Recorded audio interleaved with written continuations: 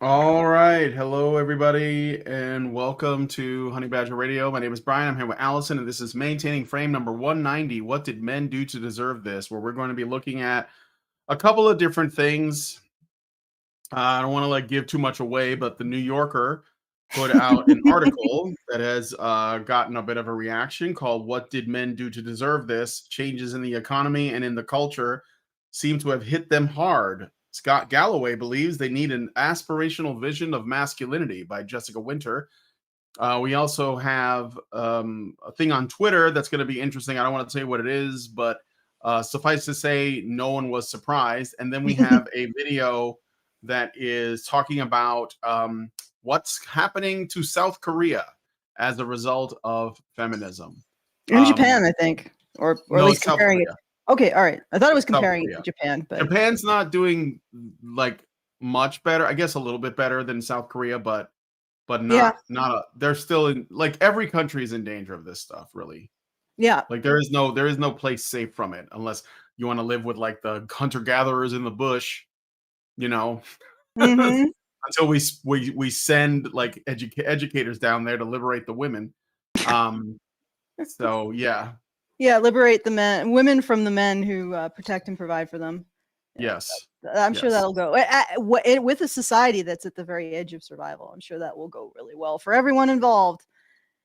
Okay, so yeah, I shall do the things. If you would like to send us a message and a tip, you can. The very best way to do so is feedthebadger.com/justthetip.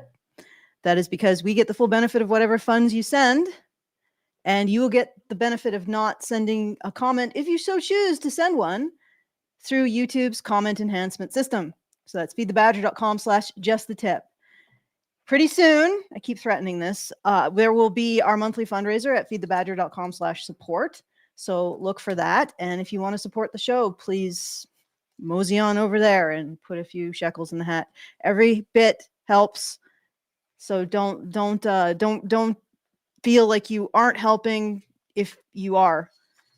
Okay, back to you, Brian. Let's get this started. So just checking. Okay, good. Yeah, so this is working now.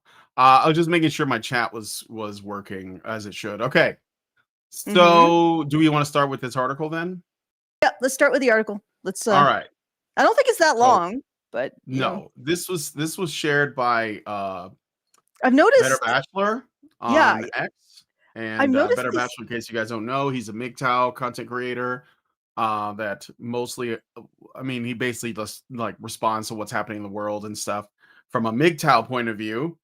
And so let's see what it says. So by Jessica Winter. Oh, go ahead. Yeah, these articles don't seem to be as long as they once were.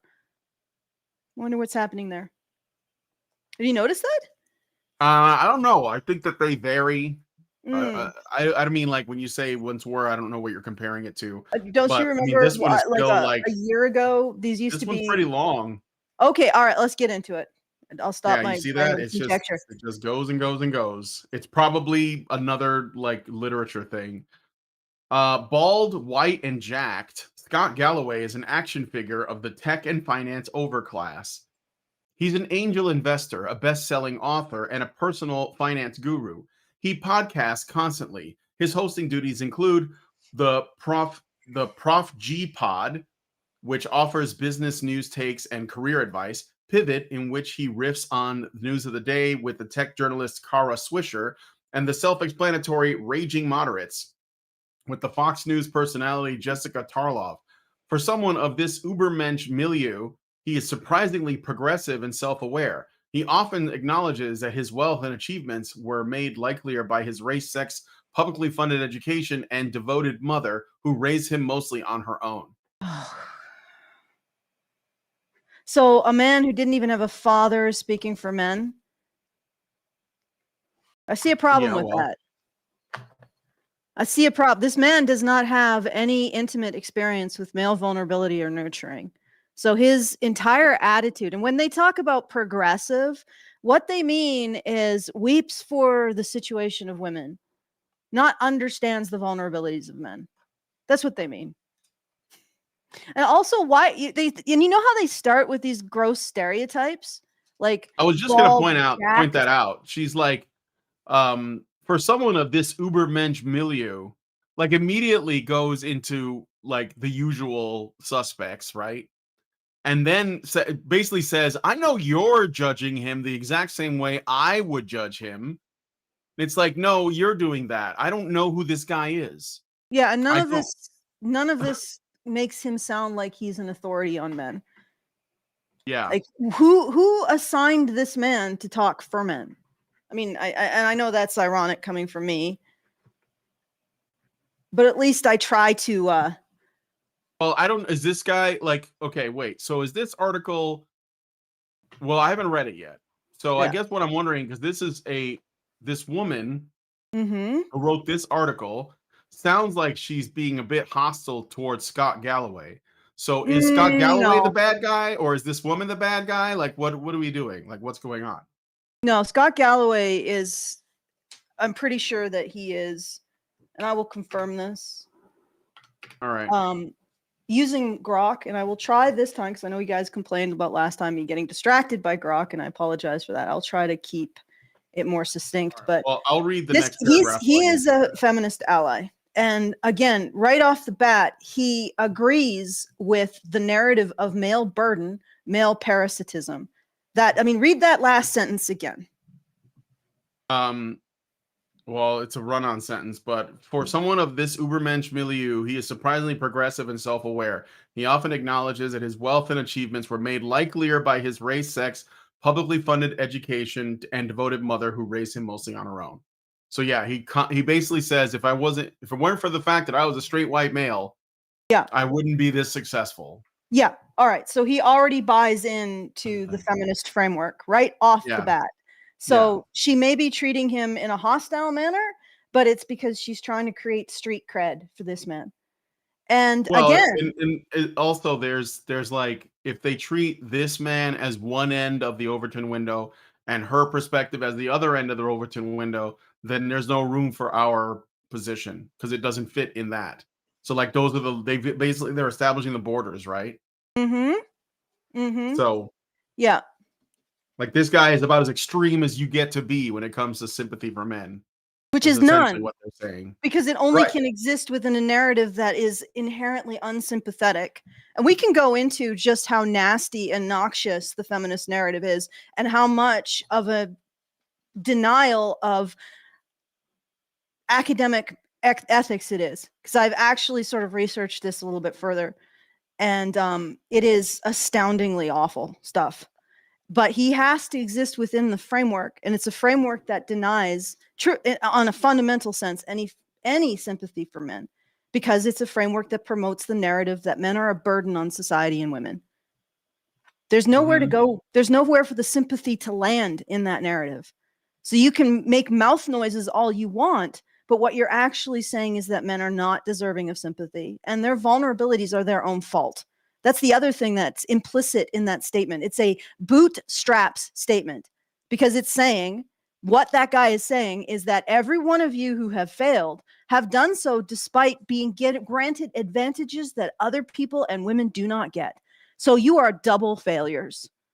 That's what the narrative says. This narrative cannot help men. It can only induce guilt. Guilt is actually the more positive emotion. It can only induce shame and lead men on the path towards self-destruction. Small self-destruction, which is just beating yourself up over your failures, and then large self-destruction, which is removing yourself entirely from the narrative of the human race. This is sick shit. And Scott Galloway is not an advocate for men. He is a Pied Piper for a toxic, demonic narrative about men. Continue. All right. So In no, recent years, Galloway has also become a leading evangelist for a notion that rapidly solidified into conventional wisdom. So it's a notion. America's young men are in crisis. Seldom in recent memory has there been a cohort that's fallen farther faster, he writes in his new book, Notes on Being a Man. To make his case, Galloway pulls from a heavily circulated set of statistics. At colleges and universities nationwide, female students outnumber males by about 3 to 2. okay. Among young adults, men are more likely than women to live with their parents By their mid-30s, more than 15% of men still live with their folks, compared to less than 9% of women. All right. You want to say anything to that? Yeah, I want to say something, but of course, the assumption here is that they're operating off of privilege rather than disadvantage. Even though we have literally pursued disadvantaging men in all of our institutions.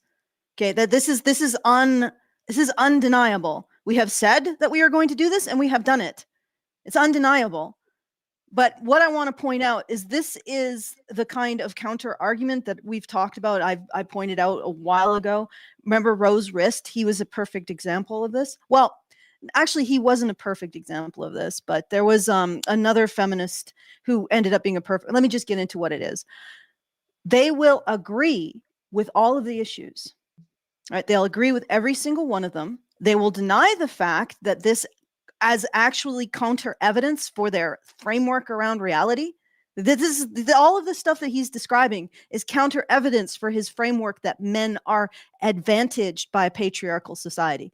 So he will acknowledge it, and now he's going to do a song and dance to put the blame squarely on men and put the trauma or the victimhood squarely on women. This is my prediction.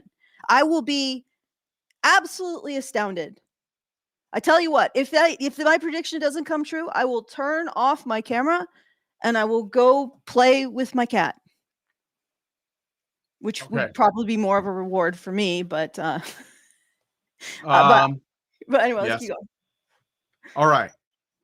So yeah, no, I was gonna say about like women living with their folks less than 9%. I think that there's like it's not just because women are given every possible opportunity to get a job.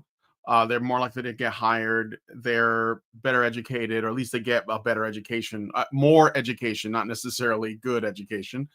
But also because like a man probably has to be able to sustain himself before he can move out. A woman does not. She can just move in with a man that has made it. So like she can just do that. And that's probably what happens most of the time is a woman goes, well, I'm going to go live with my boyfriend. Yeah, so, exactly. Remember those two videos that we did with Caleb Hammer? Yes. Or a couple days ago.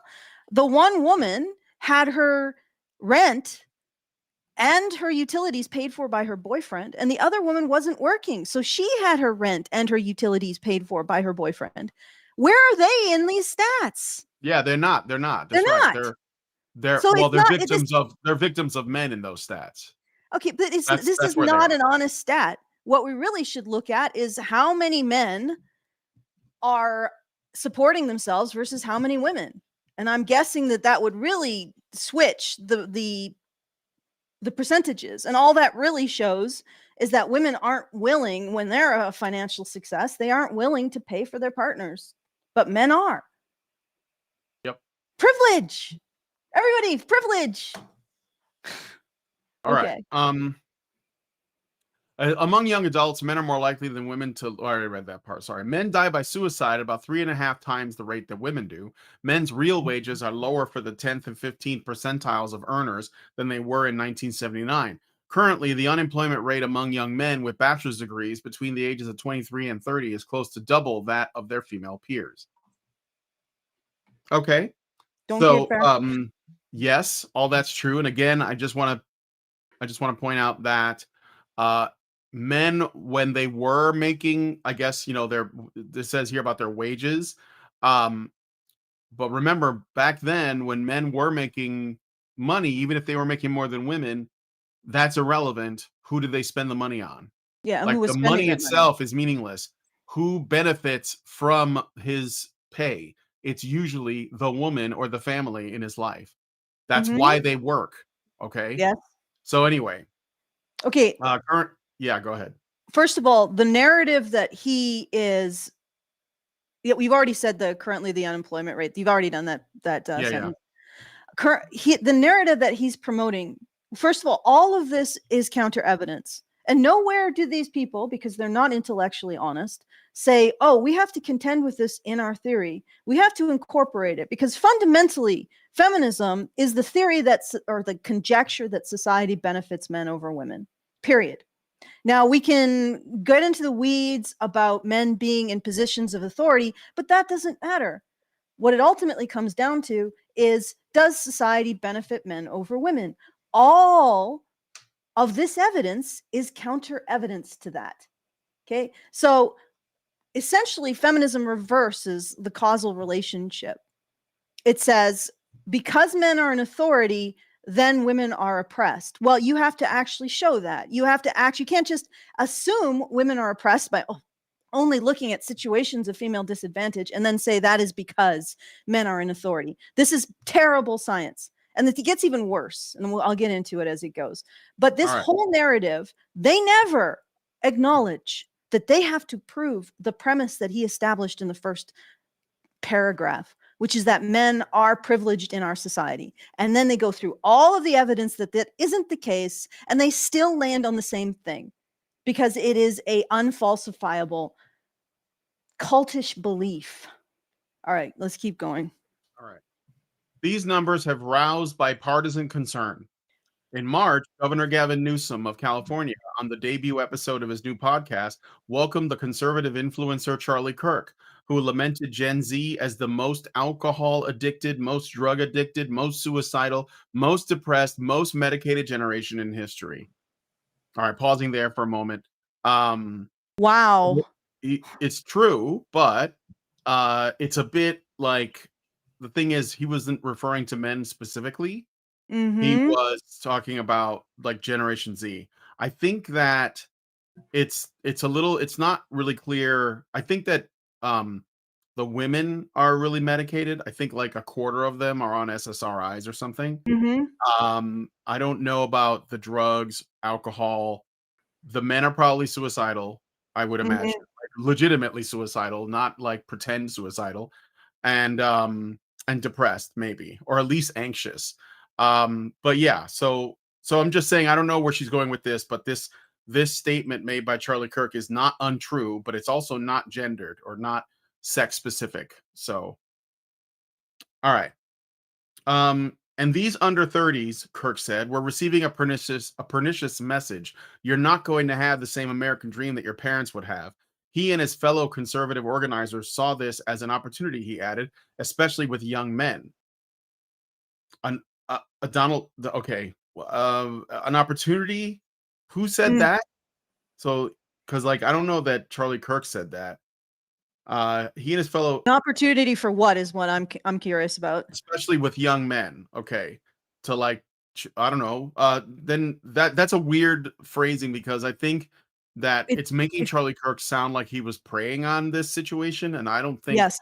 I No, I haven't don't. watched all of Kirk's like clips ever, but I don't think that's the case. He was a Zoomer, and he was Yeah. one of the lucky ones, and he knows that, and he has said that. So, but anyway, Well, was one of the lucky ones. I said was, yeah, until they murdered him.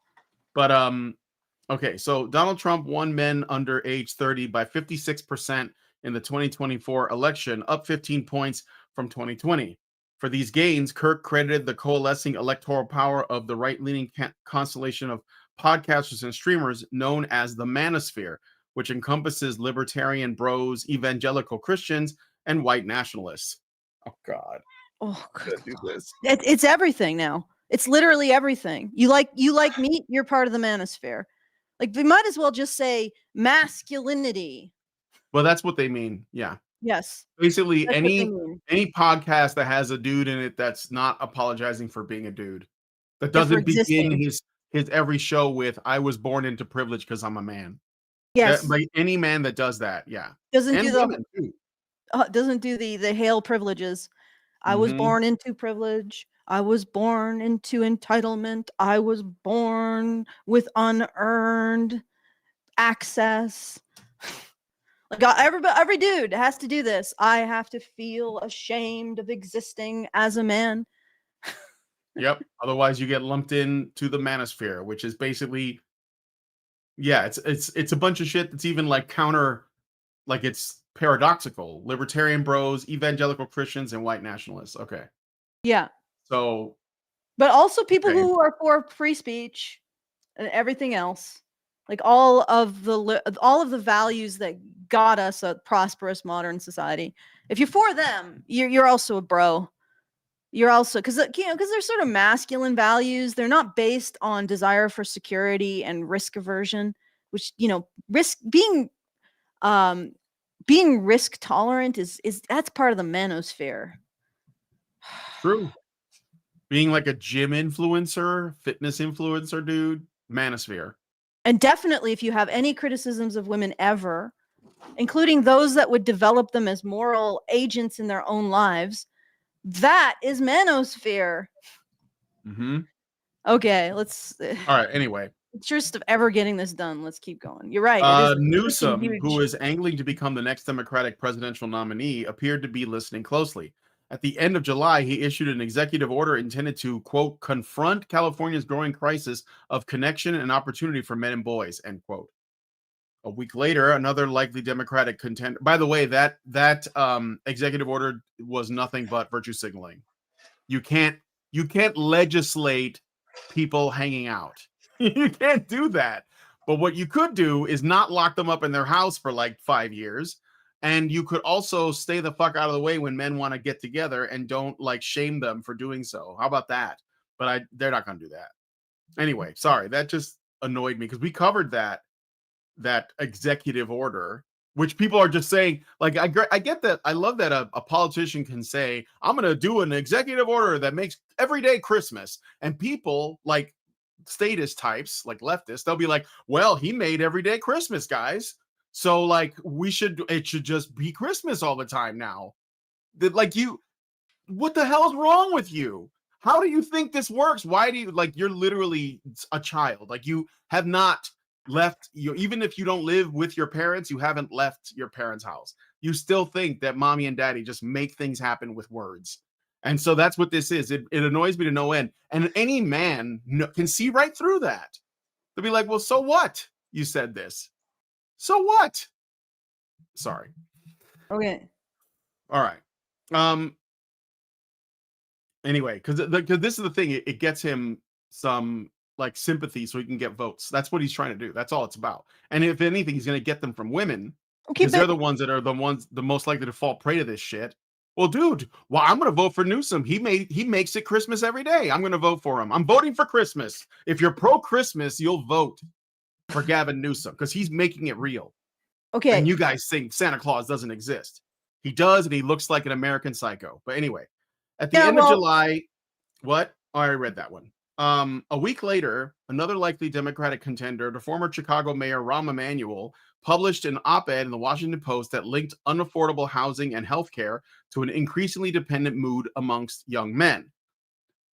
You don't have to be an incel to believe that the system is fundamentally broken and rigged against your success, Emanuel wrote. Again, complete bullshit. He's doing it for votes. Yes, men are worried about housing prices, but they don't think the government is just going to make them free. That's woman thinking. That's not men thinking. Men have never thought that just wanting something to be free is actually something they can benefit from. If you make things free, women get it first and men pay for it. That's the way it works. That's the way it works. Well, consider, okay, all right. I will do a counterpoint. Maybe these dudes want the stuff to be free so women get it. They could be just seeing it as a means to get women stuff even when they can't, which is so utterly depressing. You see what I'm saying? Which dudes are we talking about? The politicians? Well, the ones that vote for these people. The vote for Gavin Newsom and Rahm Emanuel. They might be framing the men, young men, might be framing this. Well, first of all, they're probably invested in thinking that the feminine way of thinking, eschewing altruistic punishment, giving handouts is morally correct. But the other thing is they may not be as concerned about what they're going to get in this socialist or communist system. They may be more concerned that women get the things they need because they are men still, even if they are wrong conceptually about the world and philosophy and economics, they are still men. And they may be looking at it, well, at least women will get something, knowing that they won't get anything. And they're probably also wanting some kind of purpose. This is what I see about young men, even on the left. Even the horrible communists. They're communists because they want somebody to tell them what they should do, how to serve. They aren't communists. And this is the thing that really annoys me about conservatives and conservative interpretations of men on the left. They don't do these things because they want to exploit people. They do them because the women around them tell them it's the right thing to do, and because they want to see that women don't end up in poverty, and they think communism or socialism is going to do that, and they think that it's going to give them some meaning, some connection towards what they need to do to improve the world around them. That's why these men are doing this. And the conservative interpretation is that they're selfish and entitled. No. Stop for a second. Look at the women promoting communism and socialism, and you will see selfishness and entitlement. They're promoting it because they want freebies.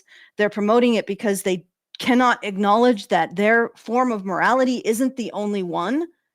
So I'm just going to put that out there, because I think I will push back against condemnation of these men, like blanket condemnation. Yes, they are wrong about economics. They are wrong about the beneficence of government. They're wrong about stripping other people of their rights. But from what I'm seeing, they're doing it from a very different place than the women who are advocating for it. Okay? So.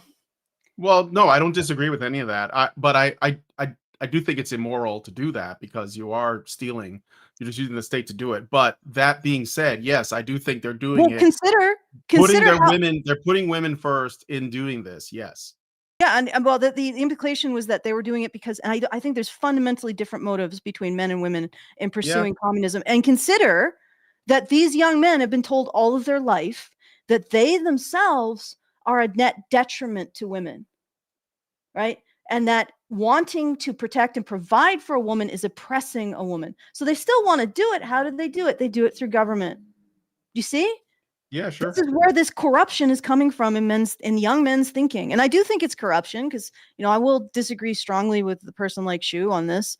This is not economically viable. Giving government more money to spend does not help the situation if the problem is that the government is spending the economy into absolute destruction. And I'm going to use an example of the collusion and how this is creating, it's like a Tower of Babel. It's getting larger and larger. Look at the current AI bubble. And it really is a bubble, because honestly, I've been using AI for a few months now, and I've been looking at its strengths and weaknesses. It is not going to replicate the creativity in certain aspects of people's productivity.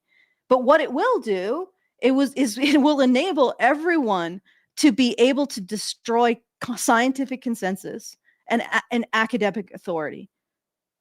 So it's going to break a lot of that. And I don't know if our society is prepared for it. But furthermore, there's not a lot of money in that. Like, the best thing that AI does is give us a mirror to our own conceits and biases. There's no money in that. And if the only way they're going to make these big AI firms are going to make money is if most of the people on Earth are laid off. And then where is the economy going to come from? So it's this gigantic bubble, and it's sustained by one AI company giving gigantic contracts to another AI company. So it's essentially just passing the buck. So I'm going to borrow $10 from you to do a contract with $10 for NVIDIA, and all around it's like a circle jerk of contracts. And that is where this increasing stock price is coming from. That. And why are they doing that with absolutely no real, I can't emphasize this enough. There's no real path to the kind of money to justify the market cap of these companies. There's none, without the complete destruction of our economy. So how are they justifying all this? How is NVIDIA, the head of NVIDIA, saying to himself, wow, this seems a little bit like a Jenga tower with most of the blocks removed. This seems a bit sketch. Maybe we should pull back from this. You know what he says? We're going to be too big to fail. The US government is going to bail us out. The whole idea of the US government bailing out corporations, the whole idea of government spending, underwriting the economy, is why we are facing economic Armageddon, right? So no, I don't agree with any of this. And the problem is that corporations always get it first because they're defined as people, but they're like super people who are better than you. It's not just women get it first, corporations get it first in this government corporate collusion. So yeah.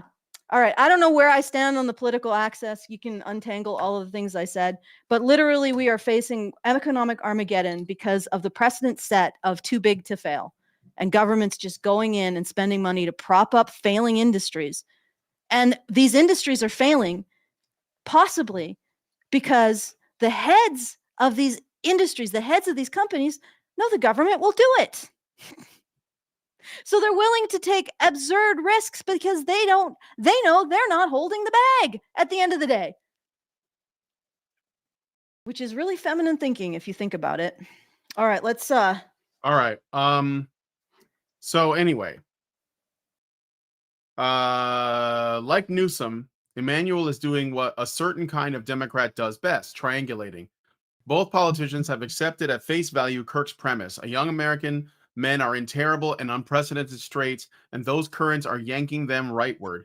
But they want to steer the conversation away from demagoguery and misogynist sloganeering and toward a middle ground of respectful debate and technocratic fixes. So it's the dialectic. Like we will accept some of this. Can we have some of the stuff that's killing men? Just like half of the stuff that's killing men, and then maybe we'll consider compromising on some of the other things. That's what that is, right? I mean, like demagoguery based on what? And misogynist sloganeering, who gives a shit? I don't even know if we'll be able to get through this. It's so freaking dense and stupid. Yeah, but something that just occurred to me is the misogynistic thinking. Okay, I'm sure a lot of people, because you guys are all really conscientious and keeners, you've had the experience of having a school project and you get assigned a partner that doesn't pull their weight. You've had that experience, Brian? Yeah, sure. Right? Okay. We are in a society where we've all been assigned a school project and women aren't pulling their weight. And misogyny is pointing that out. Guys aren't pulling your weight. Like you got these outside influence on the social narrative and you're not doing your part to make it make sense or be consistent. And that misogyny is saying that at all. It's like that whole slogan, women hold up half the sky. And it's empowerment to say that women hold up half the sky, but it's misogyny to say, so do it. Like, why aren't you doing it? You and also to ask the question, who holds the other half? Yeah. Yeah, so essentially that phrase, women hold up half the sky, means that women hold up the entirety of the sky, but only men are to blame for the actual consequences of not doing so. That's misogyny, guys. And I got to check the time because I have a rant. Because I have consistently found now, every time that I talk to a feminist who uses these buzz terms of misogyny, I have asked Grok to estimate their diminishment of consequential agency of women versus men. What does that mean? It means that you take an action and the action has meaningful consequences in the greater world.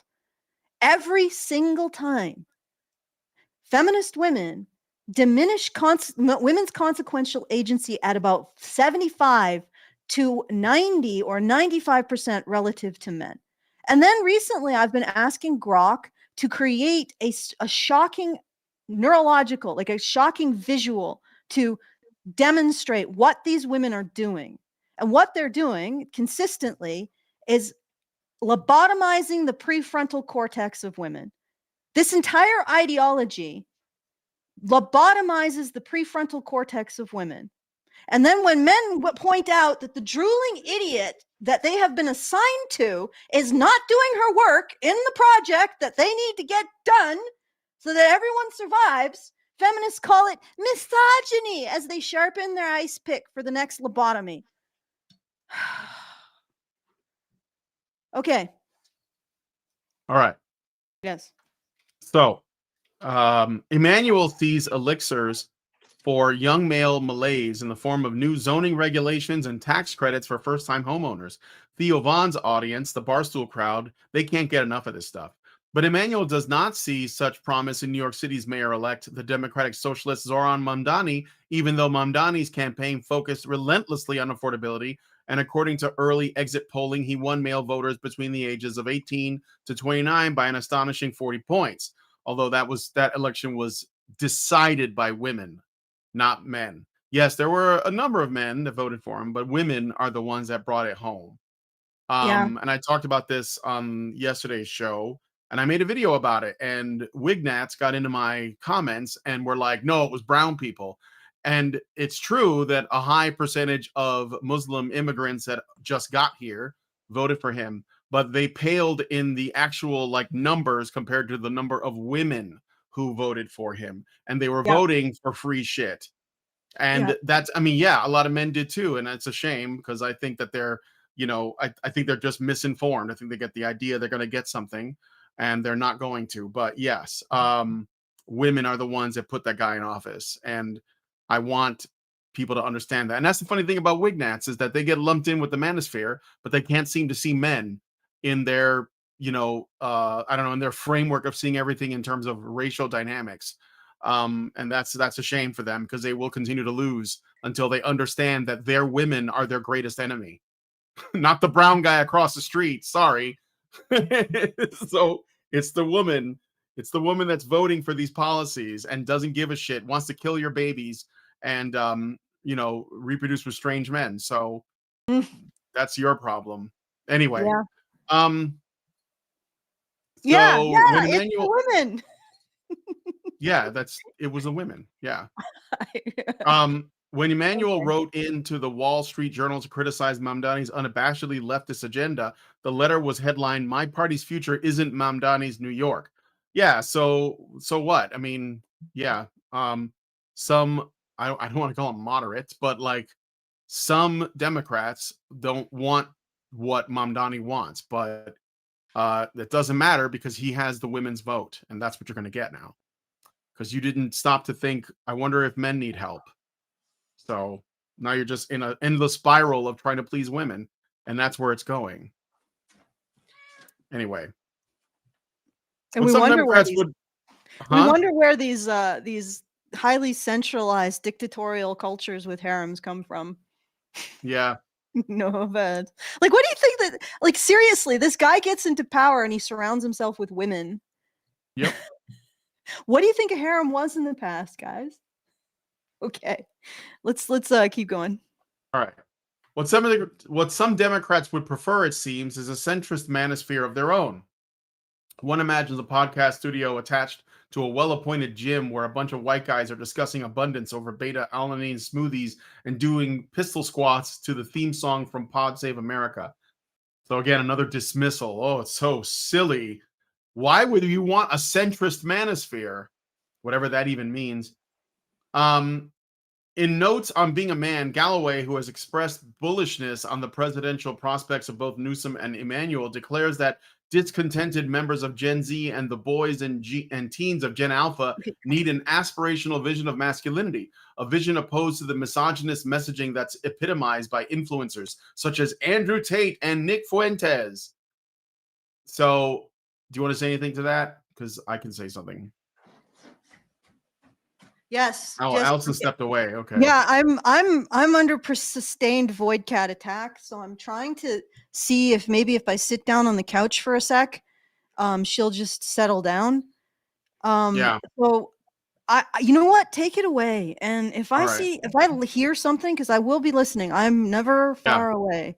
I'm All right. always All right. listening, always watching. So that's fine. So, okay. So this is the thing that I'm getting from this. Okay.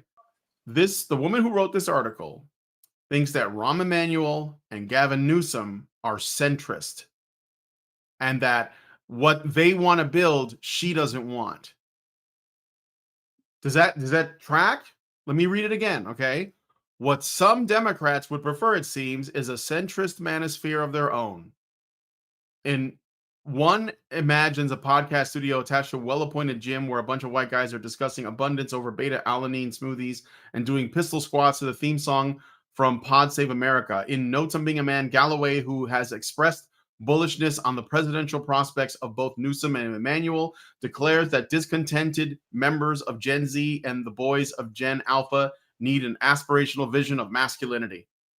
She thinks that that's where her claim is, that guys like Gavin Newsom and Rahm Emanuel are centrist Democrats or center left guys, and that they would be building a centrist manosphere, which I think she dislikes. She wants them to be like far left. That's what she wants. Oh, but I think far left in this case is just completely wrapped around women.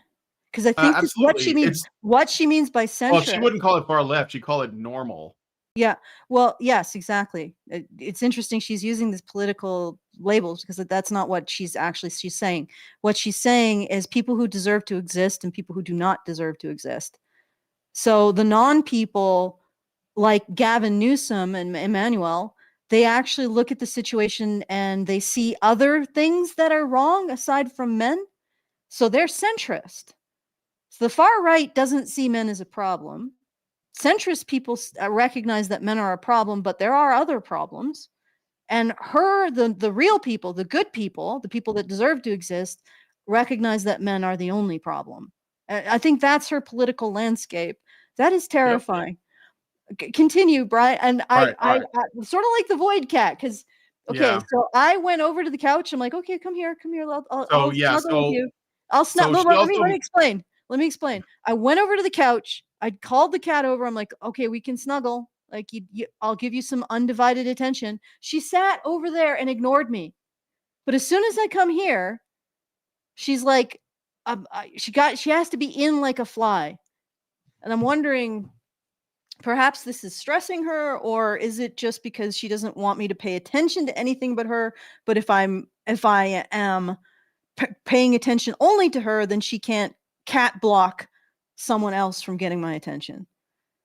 I don't know. Anybody who understands cat psychology, maybe explain this. All right, let's continue. All right. So she also makes sure to point out that anything to avoid the misogynist messaging epitomized by Andrew Tate and Nick Fuentes. So those two, they have like, they're basically like lepers, absolute lepers at all costs. Don't even move towards that. So that's a non-starter. Part self-help memoir and part dudes rock polemic, the book presents a capital letter credo: men protect, provide, and procreate. Masculinity can be expressed simply by getting up at fucking 6 a.m. and going to work and doing shitty work such that you can protect your family economically, Galloway once said.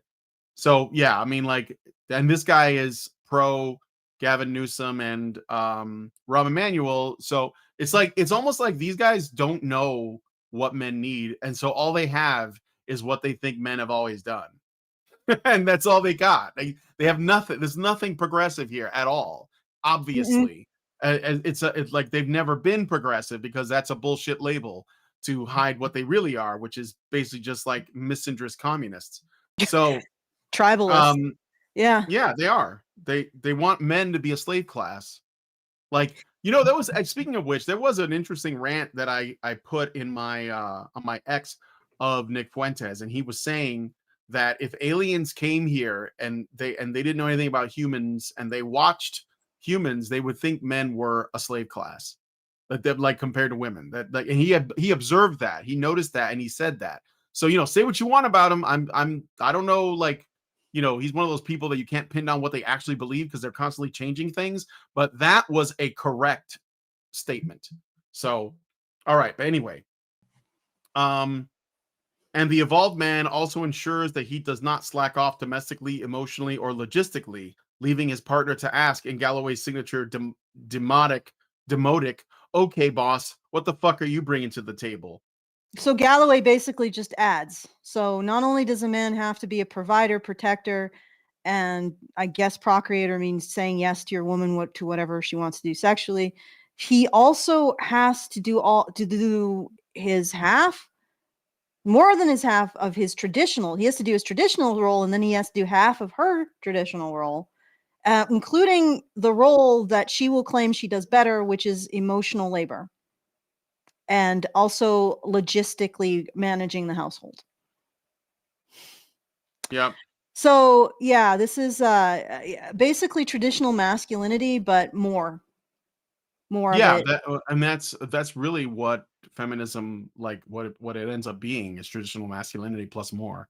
Basically, traditional masculinity without the thank you, Yeah. like Well, without with. that's mainstream feminism.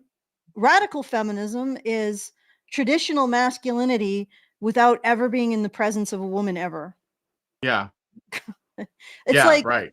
the legitimacy of this, her political, what her political access appears to be is the legitimacy of the male identity in and of itself.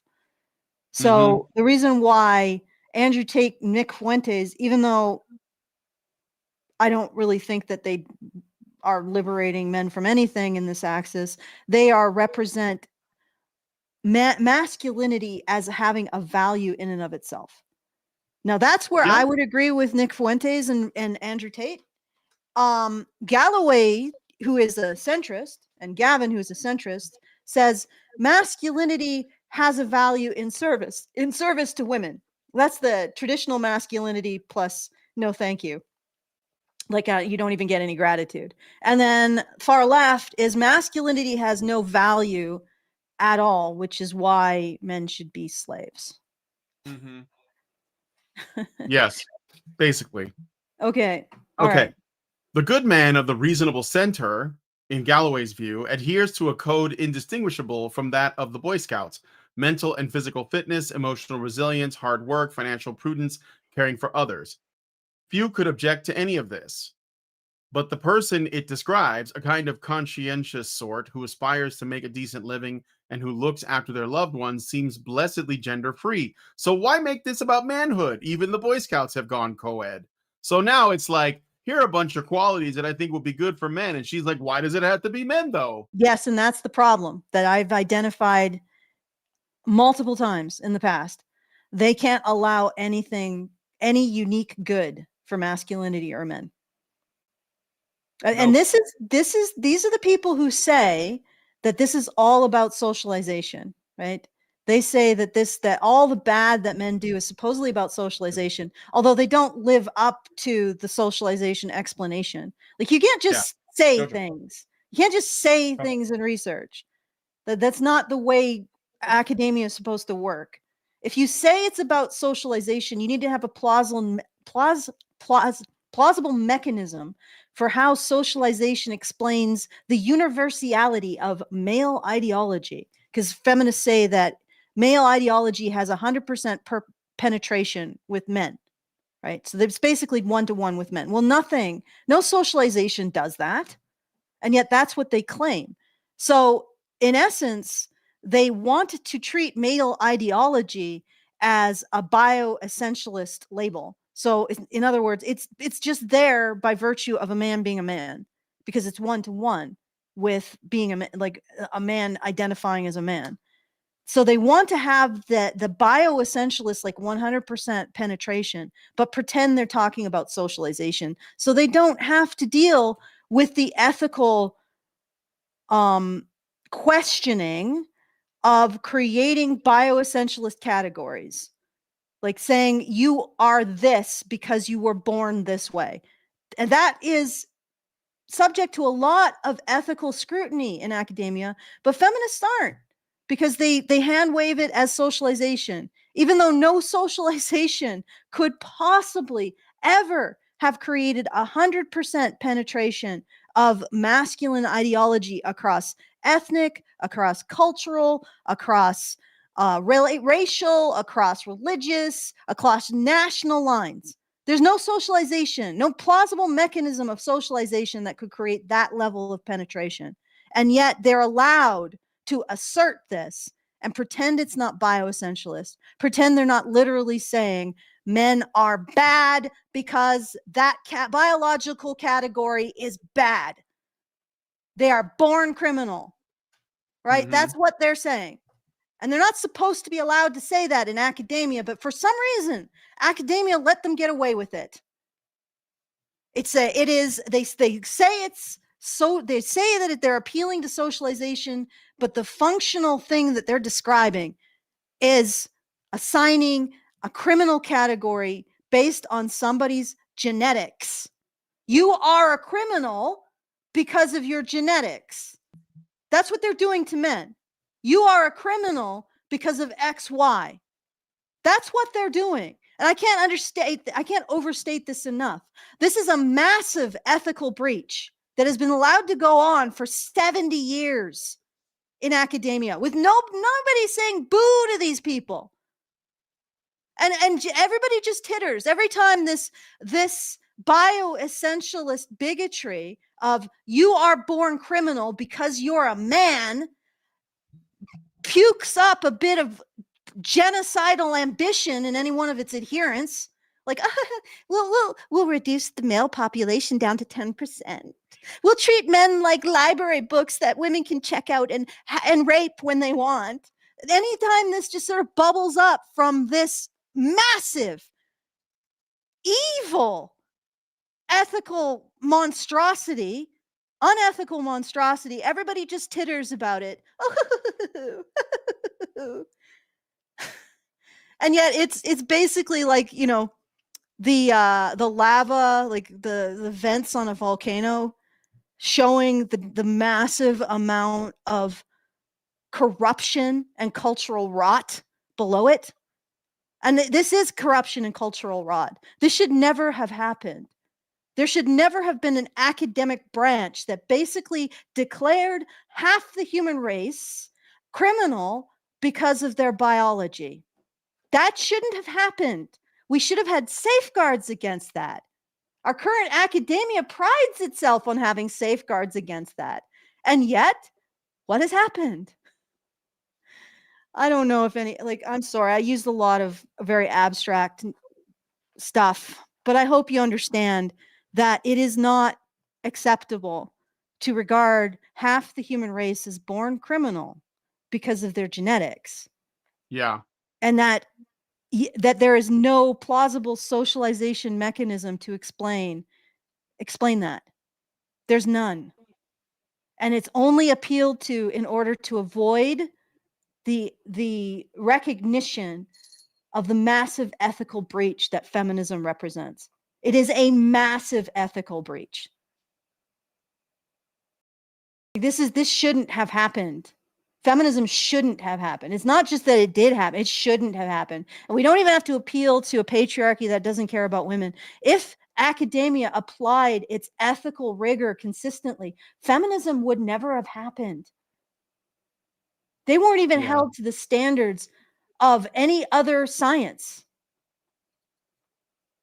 And they were allowed to fester and infect policy, government, academia, NGOs, people dealing with social ills like domestic violence and sexual assault.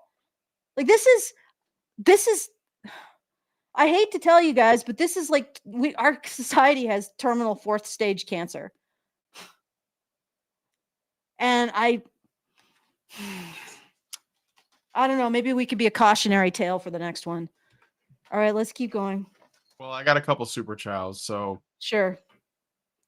Richard Bier gives us $5 and says a super chow and says, "Don't you know just how much better life will be without electricity, indoor toilets, internet, and other modern technology?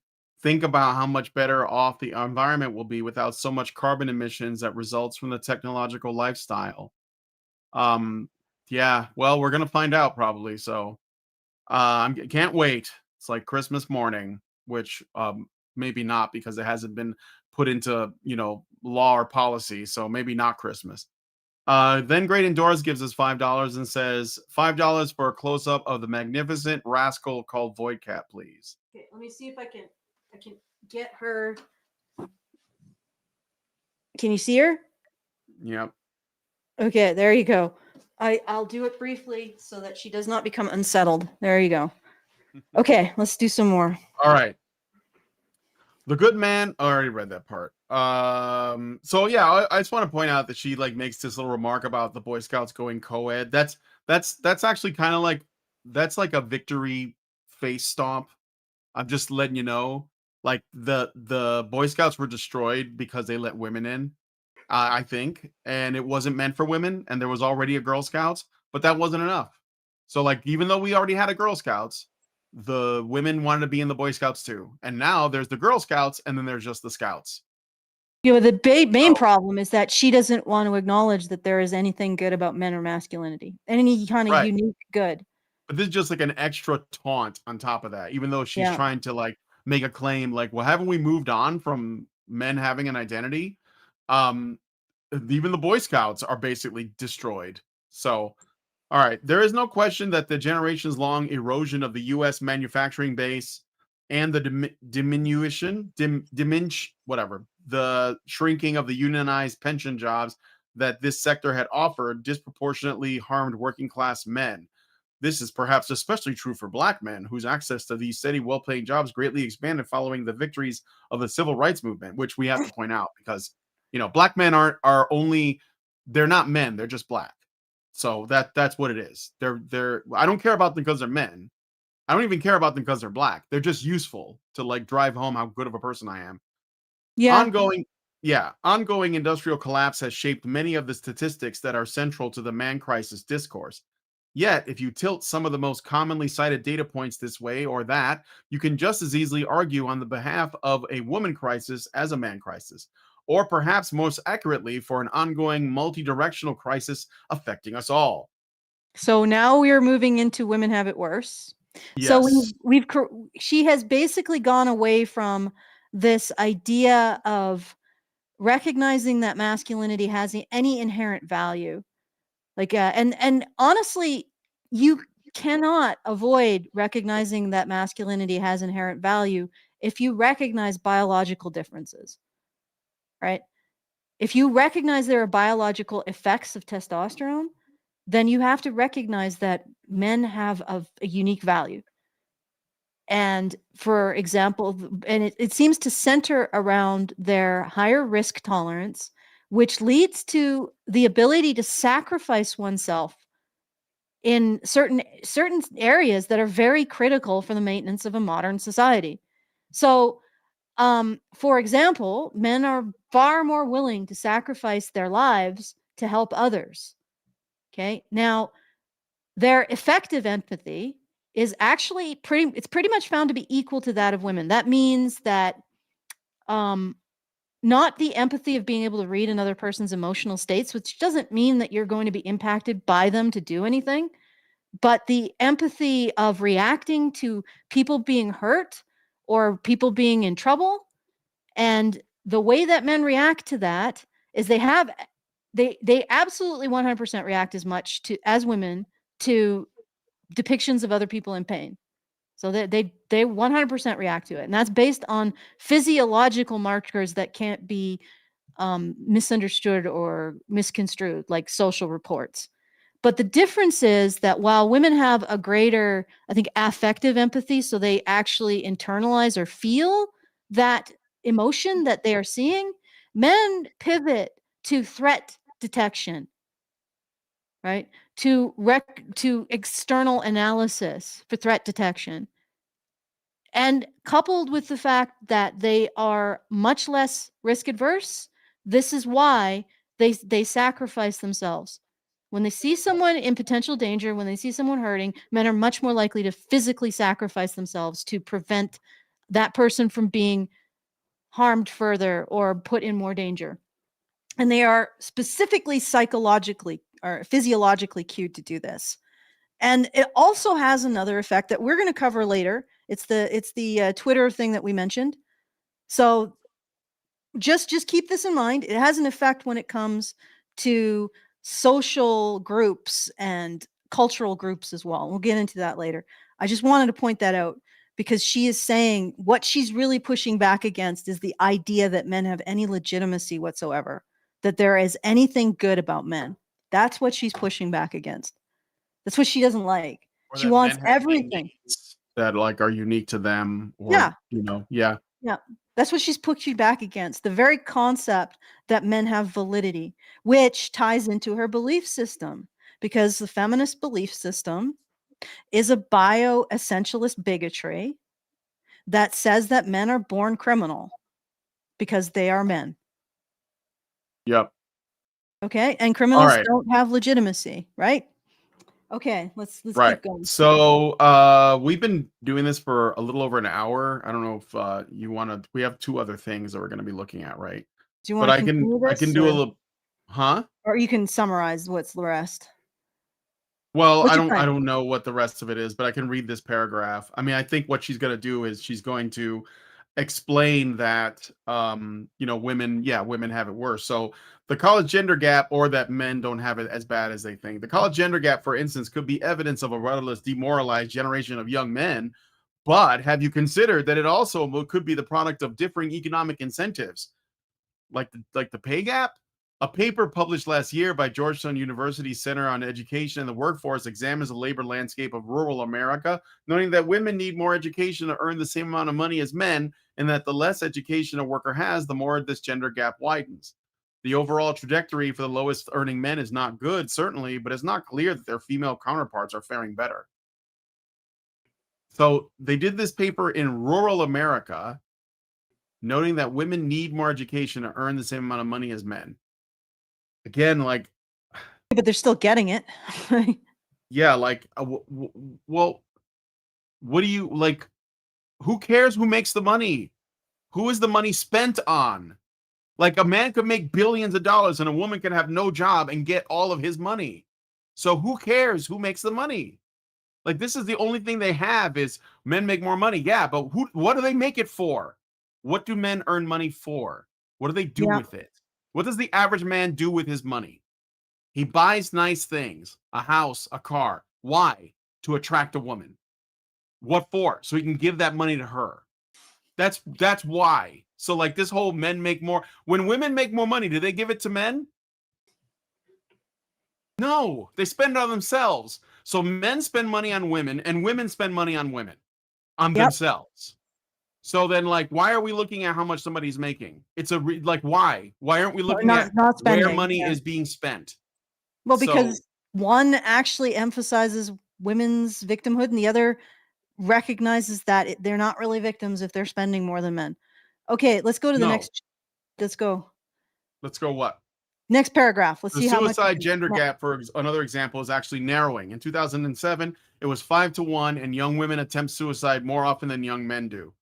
Women's wages overall are still 17% lower than men, partially because women are vastly overrepresented in many relatively underpaid provinces of healthcare and social services. Again, women attempt more, but they don't see it through. Men do, because women usually do it as a cry for help.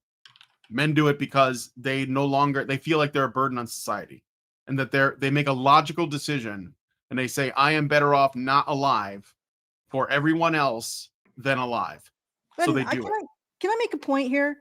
If Yeah. women are committing suicide more often, could the fact that now they're entering in relationships with other women more often be part of it? Because it's not just men that have that one of the risk factors for committing suicide is problems or the end of a relationship.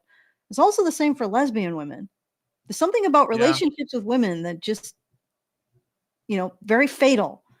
So maybe that's part of it, and maybe also feminism itself might have some to blame, considering they're promoting a self lobotomy in their rhetoric. Like they're literally promoting women to do the equivalent of a soft lobotomy on themselves, which induces a negative, a death spiral of learned helplessness and resentment in women. Could you take some responsibility for that, potentially increasing the rate at which women commit suicide? Like, but regardless, like I noticed that she's again pivoting. She's trying to pivot everything towards women are the biggest victims. Because that's part of the narrative. If women are the biggest victims, that means men are definitely the criminals, don't you know? Okay, let's keep going. All right.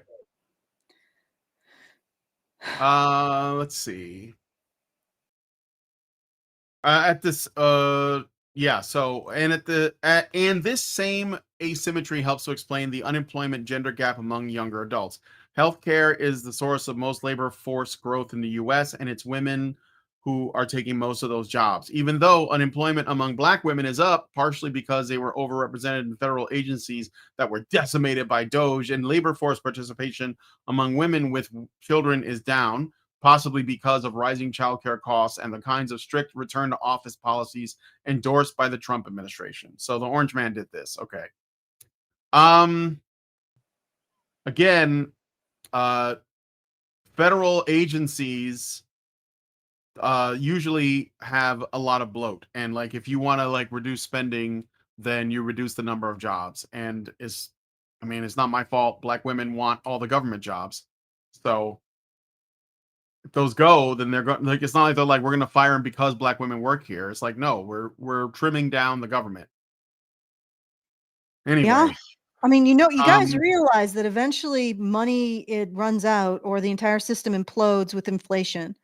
Like this cannot continue. We cannot just pretend we're being productive. And I don't include, like, I'm not just saying people who citizens, like the average Joe and Jane is the only one. I'm not just pointing fingers at that. I'm actually pointing far more fingers, like all of my fingers up at these corporate government entities. And I say they're corporate government entities because once your business plan includes getting bailed out by the government, you are deeply up the government's ass at that point. You can't consider yourself some sort of separate capitalist organization.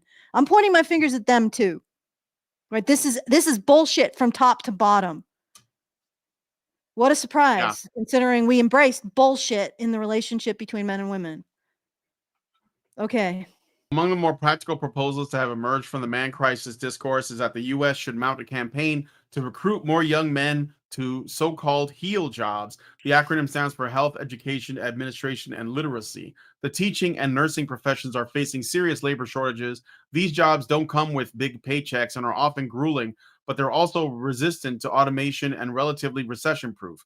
In the best-selling Germaid of Boys and Men, the social scientist Richard V. Reeves writes, "We need to break the cycle of professions taught by women for women. Some robust affirmative action is justified here." The Economist and former Times columnist Paul Krugman has recently taken up Reeves's refrain, writing on his Substack. Many of these occupations are female coded and have become more so over time, partly because they're underpaid. No, no. Do you know What why the men don't go into teaching? Because they're treated like predators. That's why. Yeah, they don't go into nursing for similar reasons. And Yes. incidentally, nursing is still not more grueling than the jobs that men are already doing. Right? Okay, let's finish that paragraph. All It's right. it's sort of annoying that we're pivoting to women have it worse, of course. Yeah, but it's not surprising. No, I Uh predicted it, so of course it's not yeah, yeah. surprising. But they don't have to be. We can help attract men to these occupations in part by increasing the wages heal Nursing. occupations pay. So she's just like, just pay them more. Let's just fix wages.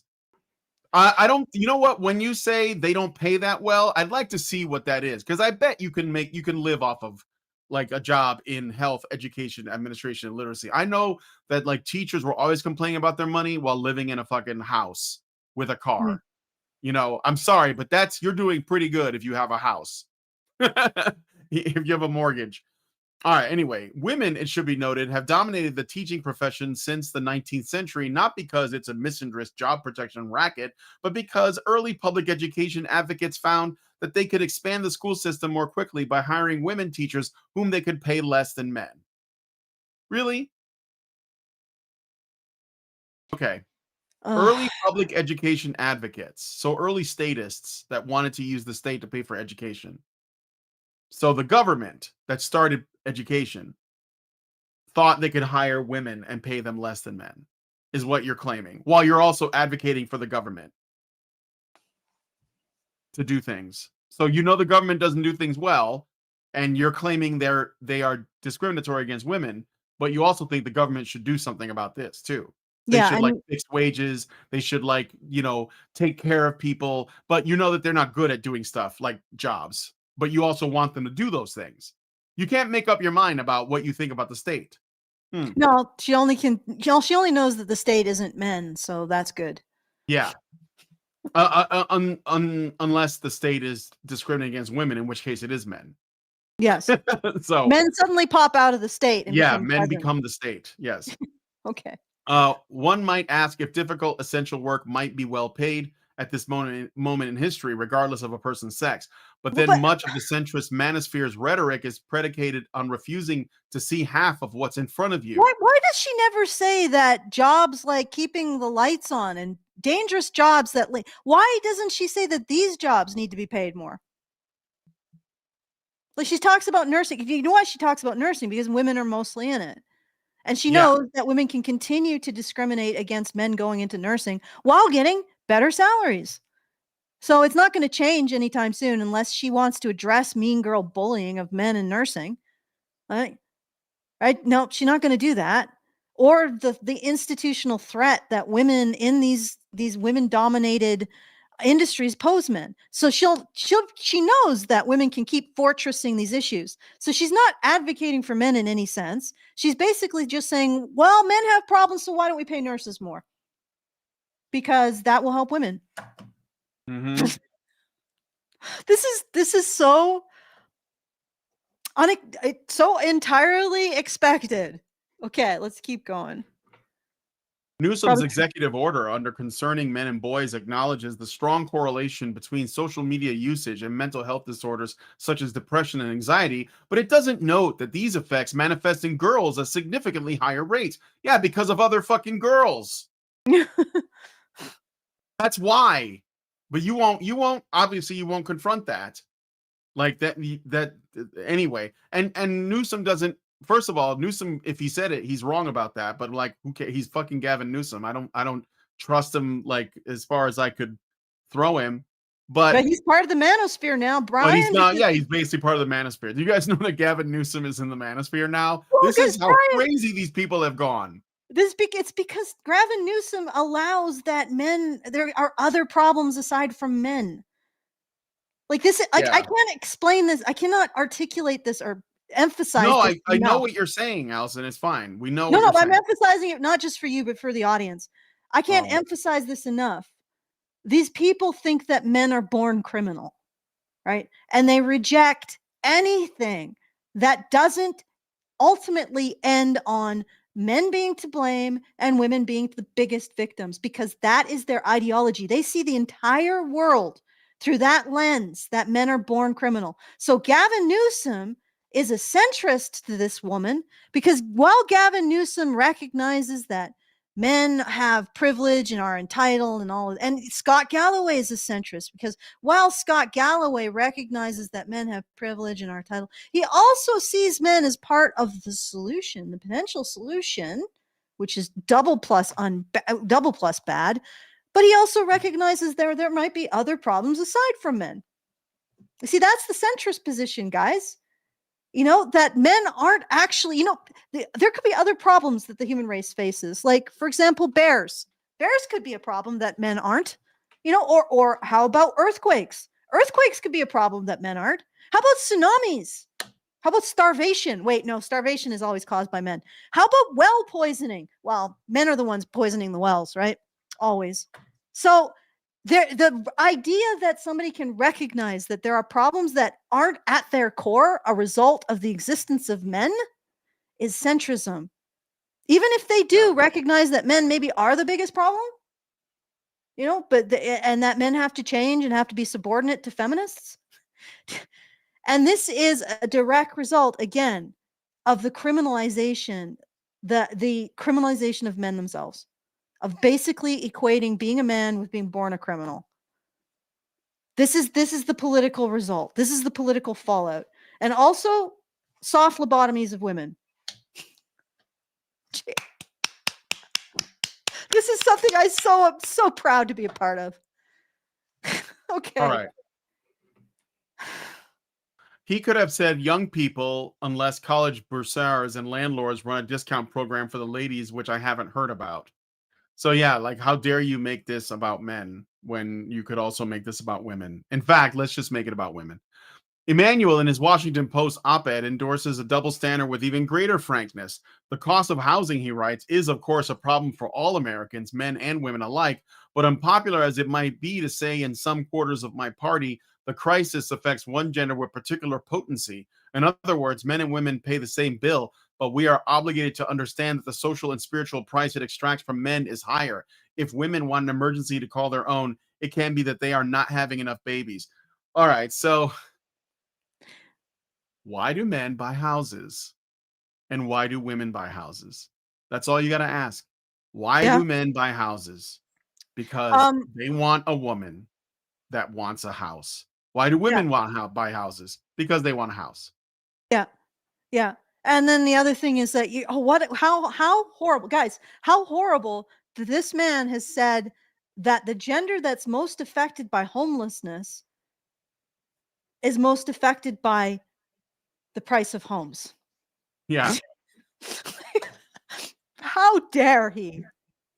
Again, And of this woman. course, Emmanuel and Newsom want votes from men and women, so they're at least smart enough to know they're not going to shoot themselves in the foot by ignoring men. And they're at least maybe they're even recognizing that one of the main reasons why Kamala Harris lost the 2024 election is that no one in that party was able to even speak to men like in their language, like as human beings, because they had no way to attract them, and now they're trying to like address that. But this woman is like, no, she's like putting the monkey wrench right back in the machinery.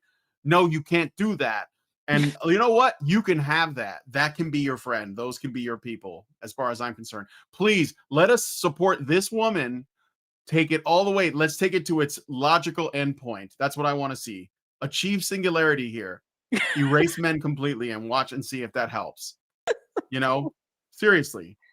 Take it Oh, all the way to the fucking event horizon. Just go to the end. I want to see that because that's what this woman is doing.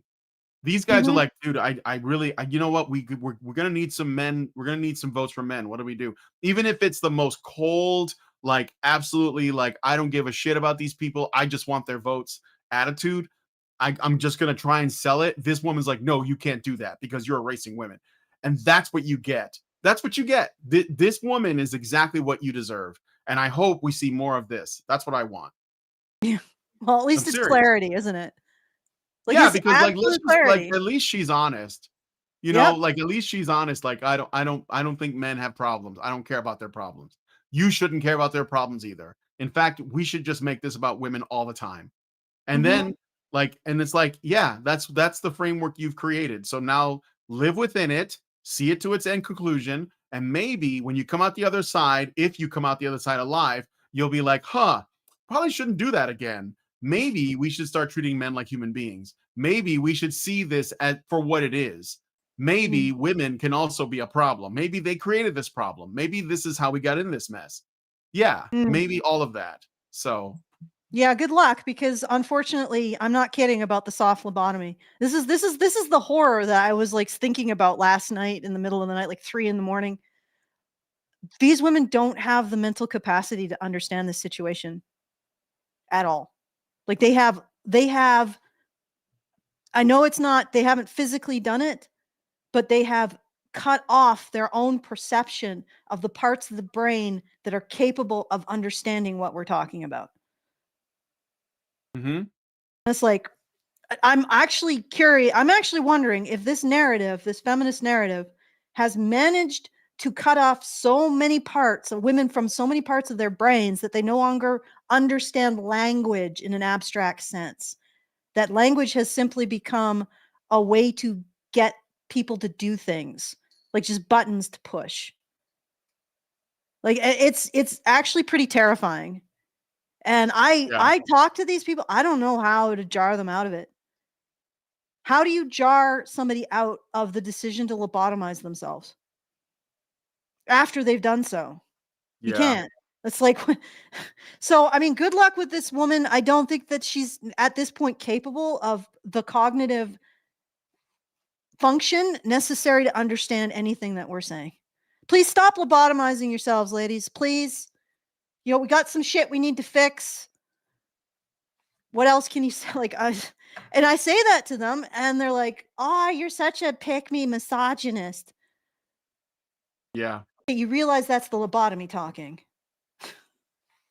All Okay. right. So the ambassadors of the centrist manosphere praise women. So this is the term now, centrist manosphere, for Gavin Newsom and Rahm Emanuel for like far left Oh, Democrats. But this is they're the men same. though. They're men that want votes. So like that puts them in the manosphere. They're just men, Okay, just being guys, a have you man. noticed this? Have you Yeah. noticed how big the manosphere is getting? Yeah, we're huge. We're everywhere now, guys. Yeah, like we're like literally everything that We're isn't under your bed. We're explicitly in your closet. everything that isn't explicitly every single moment saying men are criminal, men are criminal, men are criminal, men are criminal, men are criminal. Like every single men are illegitimate criminals, right? Every single if you're not saying that at every single second, you are now part of the manosphere. Mm-hmm. And it just keeps growing. Because even women who are feminist could be part of the manosphere if they even allow the possibility that men could be part of the solution, right? And that men have problems. Now they're part of the manosphere. You're right. Just keep doing this. Maybe at some point everybody will be in the manosphere and we can actually have a discussion about men. Yeah, yeah. Okay, so anyway, the ambassadors of the centrist manosphere praise women's advancement and the feminist cause while insisting that men's economic and vocational anxieties are more naturally potent. This ambivalence reveals the weakness of their side. The right wing manosphere knows that masculinity is a series of dominant signals beamed from behind iridescent Oakleys and the wheel of the most enormous pickup truck you've ever seen. It is a smirking multimillionaire who destroys a young woman at college hosted debate. It is, must it be said, an AR-15 openly carried. Manliness in the Trump era, Susan Faludi has written, is defined by display value, which exhibits itself in a pantomime of aggrieved aggression. Upon this stage, men's biggest problem is feminism, and the solutions are straightforward: restrict reproductive rights, propagandize about traditional gender roles, etc. How about just point out that feminism is a biased, bioessentialist, supremacist bigotry that defines men as criminal by their virtue of their birth? And She is giving away you can She is hand wave giving about away the her biggest problem with this, though. yeah, This is yeah, the thing. The fact that they criticize feminism, that's the reason at why all. she fights this at all. Okay, Yes. but let's see what she's doing, not on the level of ideology, but on the level of political maneuvering. The ambassadors of the centrist manosphere praise women's advancement. The ambivalence reveals the weakness of their side. So she considers the right-wing manospheres knows that masculinity is a series of dominant signals. So masculinity is basically antisocial dominance, is what she's saying. So the right-wing manosphere knows that masculinity is antisocial dominance, and the centrist manosphere is more presumably progressive, but still sees men as part of the solution. So they're a problem too. Like they still recognize that men have traditional roles or roles that are essential to fulfill, and that could be positive. So that's the centrist manosphere. Now we have the far right manosphere that's just like masculinity is dominance, criminal dominance in every circumstance. Like fucking masculinity is Sauron, basically. It's an AR-15 openly carried. It's it's a truck. It's basically like it's just this cartoonish thing that she sees, and all of it is And evil and pathological and criminal. she's also framing feminism and anti-feminism, because anti-feminism now is restricting reproductive rights. Ooh, she just said restrict reproductive rights. Yeah, men's reproductive rights are already restricted. Like even if a man is raped, he's expected to assume the responsibilities of parenthood, and hand waving it about biology doesn't change that fact. Women aren't. They don't. Like there's a strict demarcation between women consent to sex and consent to parenthood, or even yeah, there's a strict demarcation for women. And yet, even when men don't consent to sex, they still have strict liability for parental responsibilities. So there's no reproductive rights for men. Men have no reproductive rights. We've never even had that conversation. Right? And Yep. propaganda is about traditional. Well, you know that men also have traditional gender roles too, not just women, right? So all of this Well, is they're the only ones still expected to carry them out, only when it serves women, of course. yes, but so she's saying anti-feminism is traditional gender roles and restricting women's reproductive rights because we already restrict men's, let's face it. So she gets to define anti-feminism and feminism. Yep. That's convenient. Okay. All right. So The squishier centrist side has no such certainties. Galloway, in both his podcast and Notes on Being a Man, presents masculinity not as one side of a fixed binary, but as a state of mind and lifestyle, one equally available to men and women, and therefore impossible to define. Oh, so now we have a problem defining what a man is. Okay. Within this amorphous framework, men's biggest problem is, likewise, a feeling, an unreachable itch, or a marrow deep belief that men should still rank above women in the social hierarchy, just not as much as before. This belief may be misguided or unconscious, but it is nonetheless insuperable, and it must be accommodated for the good of us She all. is So, talking from a position of being part of an ideology that has declared men criminal by virtue of birth, which is a huge violation of all academic ethics in our society. That's the position that she is opining from. And she's saying, well, men want to put themselves in front of women. No, men want it recognized that they understand risk better and they can manage it better, which is patently obvious based on biological differences. Right? Men want women to trust men doing the things that men do. That's all that means. yeah. Submission, the thing is that I think that word has become the most controversial, but we don't really even understand the original linguistic context of that word. The original linguistic context is the idea of someone with power submitting to the authority of someone who has knowledge, right? So it's the idea of an army submitting to a general. That's more of the linguistic context of that statement. And that's been stripped from it because, and the reason why it needed to be that way, because it is an implicit or explicit acknowledgement that women can do whatever the fuck they want. Let's face it. They can rebel, they can destroy, they can convince men to do things against their own interests. As Mae West said, when women go bad, men go right after them. Women can fucking destroy societies if they want. They can start wars if they want. They can create chaos and tumult. They can set men's hearts and minds against them itself. Right? They can break men. 100%. And here's the trick, ladies, not doing it. And that's the point of the word submission. Not doing it. Your rebellion is the easy thing. Not doing it is the hard thing.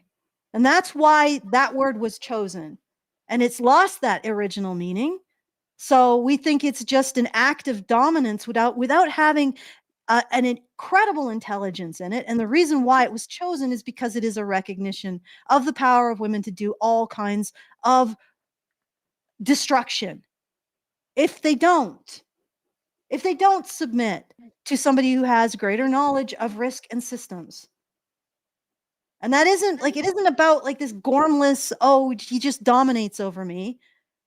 No, it comes within a context that the man is supposed to also love his wife as he loves his own body and protect and provide for her as Christ protected and provided for the church. So all of that is missing when she talks about, oh, men just want dominance. No, that's you with your narrative that men are criminal, born criminal. You just want dominance. Okay. Yep. All right. What these pundits are nudging us to do, ever so politely, is accept that women in the main are accustomed to being a little degraded, a little underpaid, and ignored, and dampened in their ambition in ways that men are not and never will be. Okay, wait. This is from the woman who said, why should men have anything? Why should there be any unique value ascribed to men that isn't also ascribed to women? And of course, a bunch of values to women, like not being horrible criminals that men don't have. Like, she has the audacity to lecture people about degrading when she exists, again, in a philosophical framework that regards men as criminal for being born men. and refuses to acknowledge any unique value that masculinity brings the world. Okay. Yeah. No, it's It's okay. The infuriating. female coded person, to borrow Krugman's terminology, may feel overwhelmed by childcare costs, ashamed that she can't acquire a mortgage, or hollowed out by long hours as an ICU nurse, but such feelings do not disturb the order of the universe. What? Sounds like you need a man. This person's duties to protect, provide, and procreate are real, but they do not take the capital P. This person's opinions matter, but not decisively. The Times pundit Ezra Klein has lately suggested that Democrats consider running an anti abortion candidates in red states, even though more than 3/4 of Gen Z women support abortion rights. Rights, like jobs, can be gender coded, and these rights are valued accordingly. So she's getting a little bit into like policy stuff, but abortion's not a right, by the way. But anyway, they're gonna keep saying it is, but it's not. Okay. Yeah, go ahead. Okay. So, let's just keep going because I just find it astounding that she won't even allow that there's any unique value to men or masculinity. And then No. she insists on saying that these people are no, and it's not even the right. It's not even the far right, guys. They were talking about the centrist manosphere, which they just magicked out of nowhere. They Yep. are the ones who are denigrating women. This woman Yes. who refuses to acknowledge any value for masculinity or maleness, none whatsoever. And she's the one saying that the centrists are denigrating women by even focusing on men at all. And that attitude can only be explained by her having a political access or axes or axis. Yeah, Axis.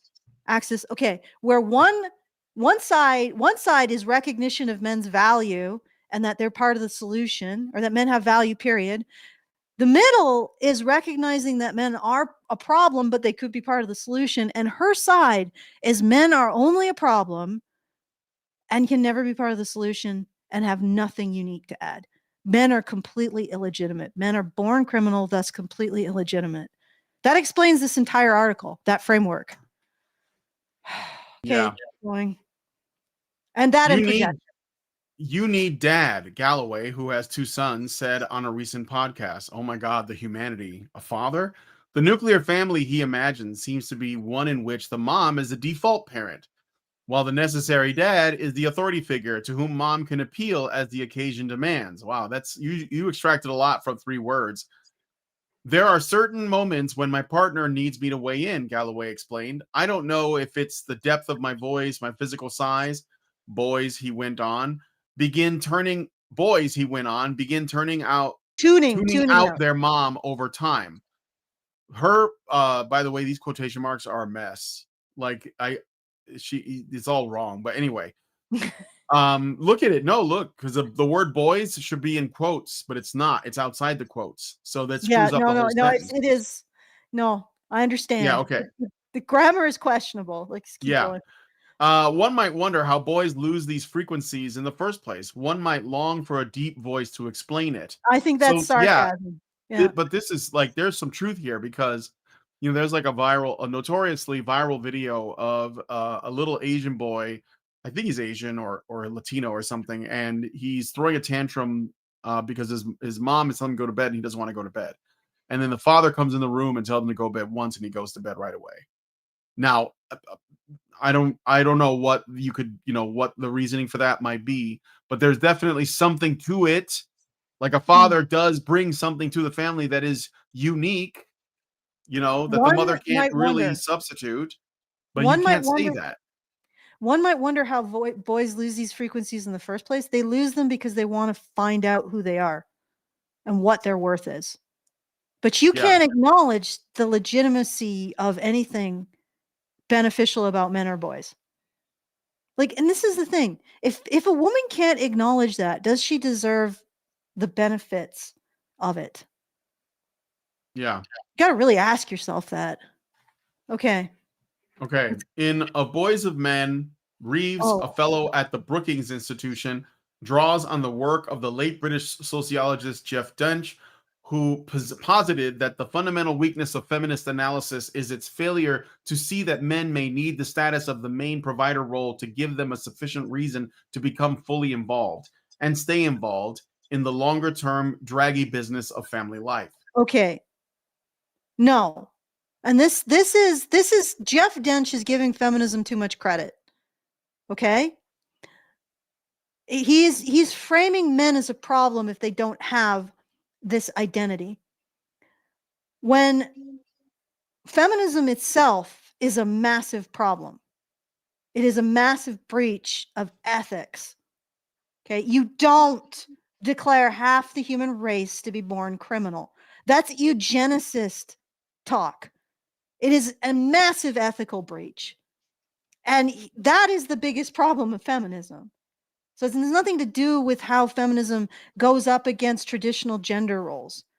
But again, Jeff Dench is framing men as the problem, and feminism is failing to manage men correctly.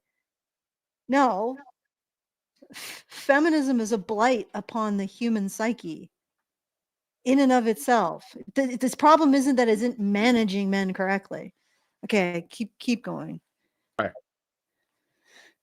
And Reeves co-signs the supply-side economist George Gilder's hypothesis that once wives become both provider and procreator, their husbands become exiles in their own homes. Reeves mostly rejects Gilder and Dench's line of revanchist patriarchy, but he credits them for correctly diagnosing the dangers of enemy and detachment among men stripped of their traditional role. In an age when 2 out of every 5 households have a female primary breadwinner, no one seems to know what fathers are for, Reeves has said. 1 in 6 fathers does not live with any of his children. One study found that 32% of non-resident fathers had minimal contact with their children within 1 year of separating from their children's mother, and that within 8 years, this number rose to 55%. Yeah, but it's because they're losing custody. Yeah. But, all right, so the dangers of a detachment among men's tradition. Okay. Well, shared parenting fixes that. Like, we already know the practical solution. Just shared parenting, which feminists oppose, because they oppose any initiative that actually treats men like human beings instead of a problem.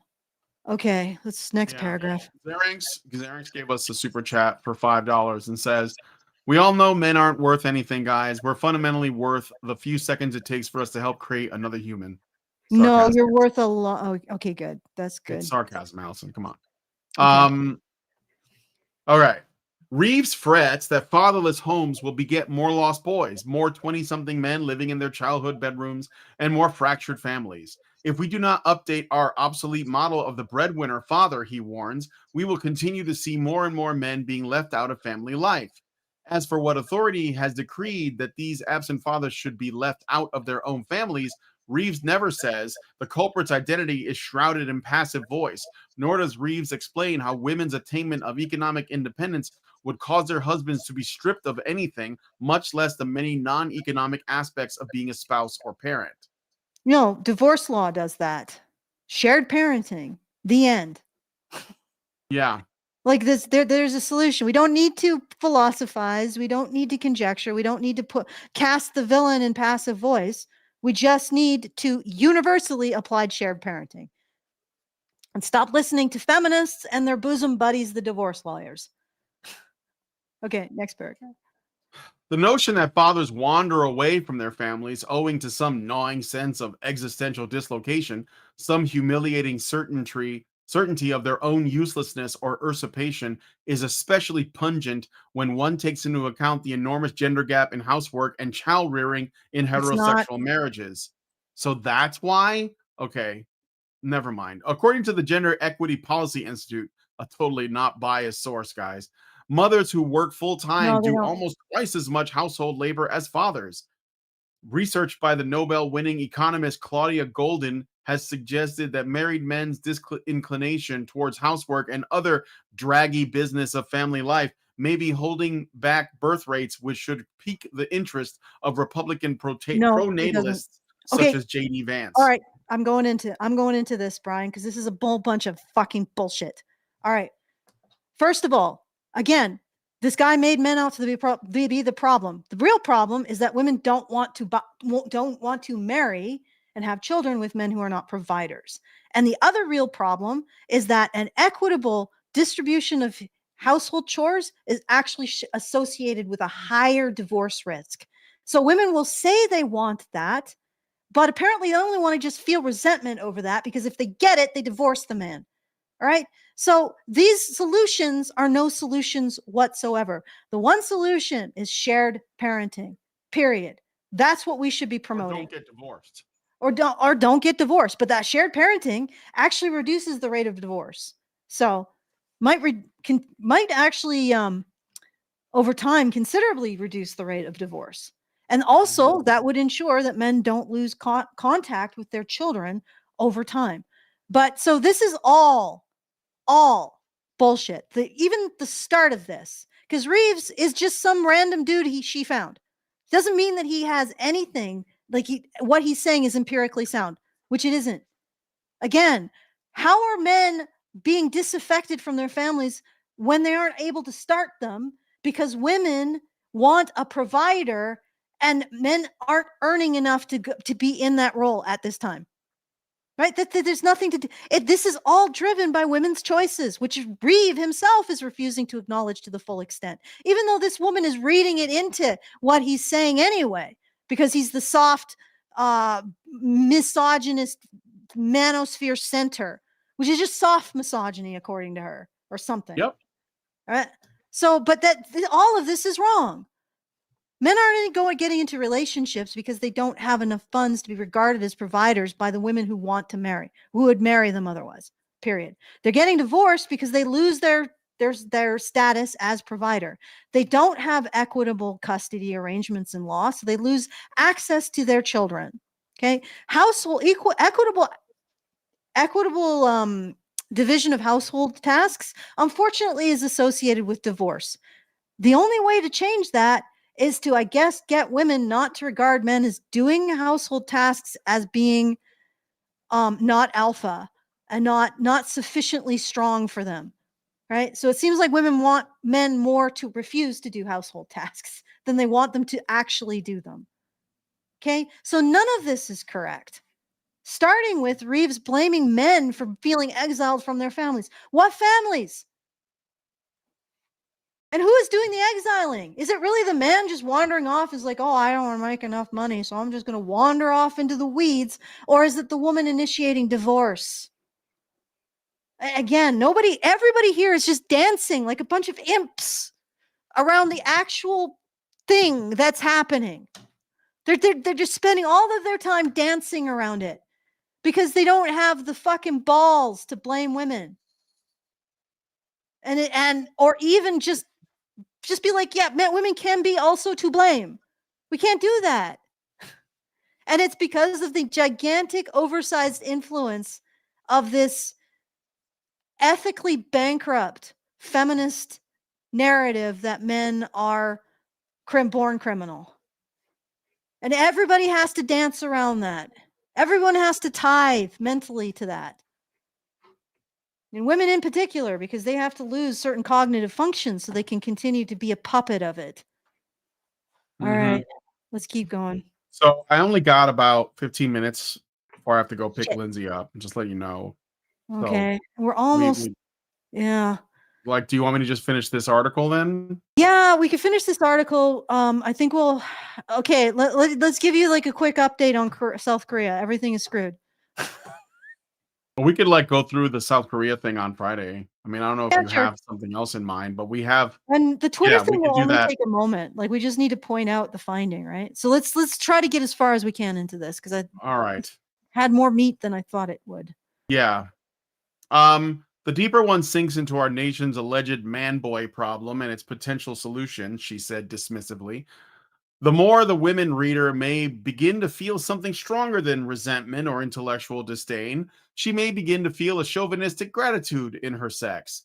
The familiar flatness of feeling a little degraded seems preferable to the anger, entitlement, and alienation that, we are told over and over, gnaws away at so many male specimens.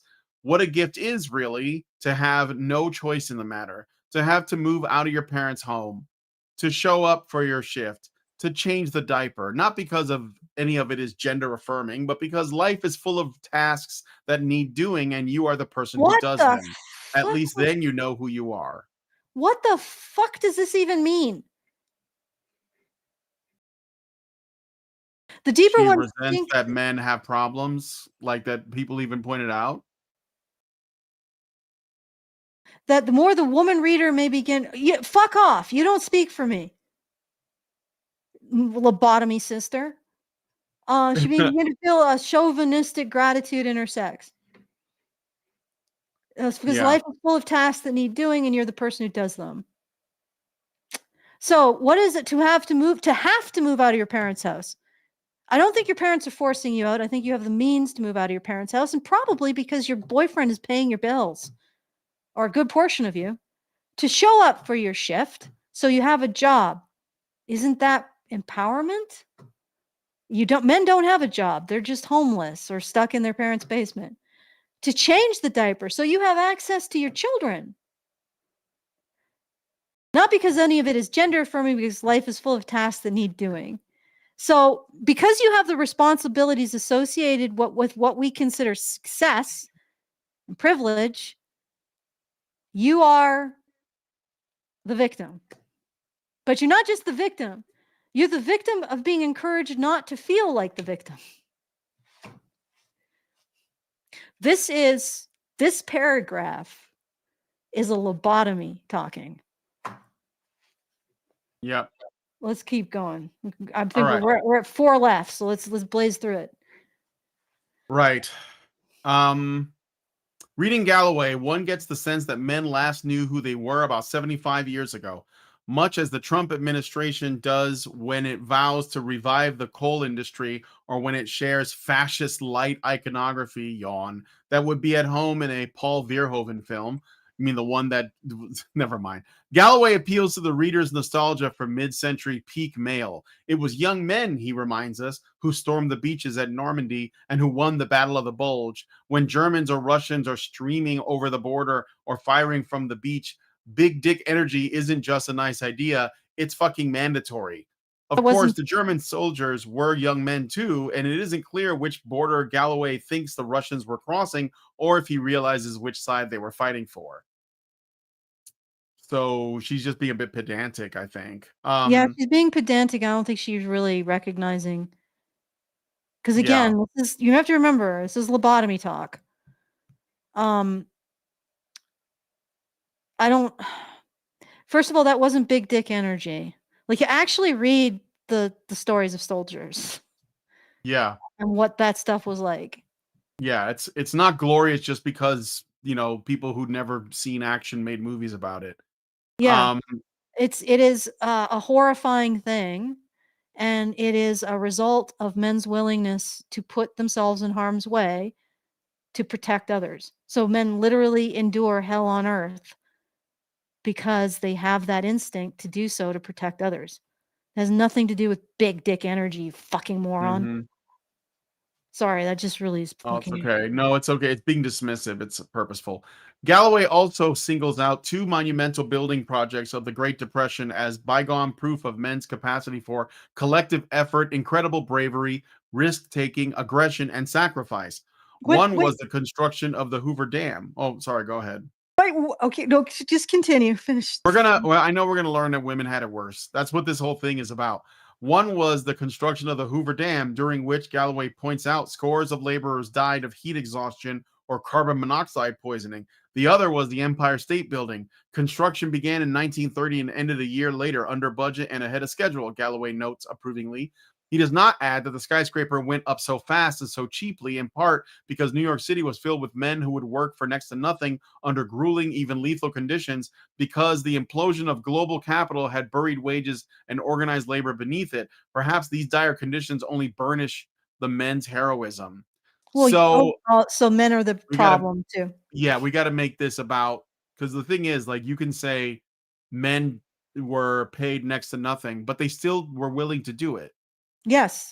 They wanted to do it and they use it to support their families, We were in a Great Depression. There was nothing that you could do to change that. They had to get through it. So that's what some men did.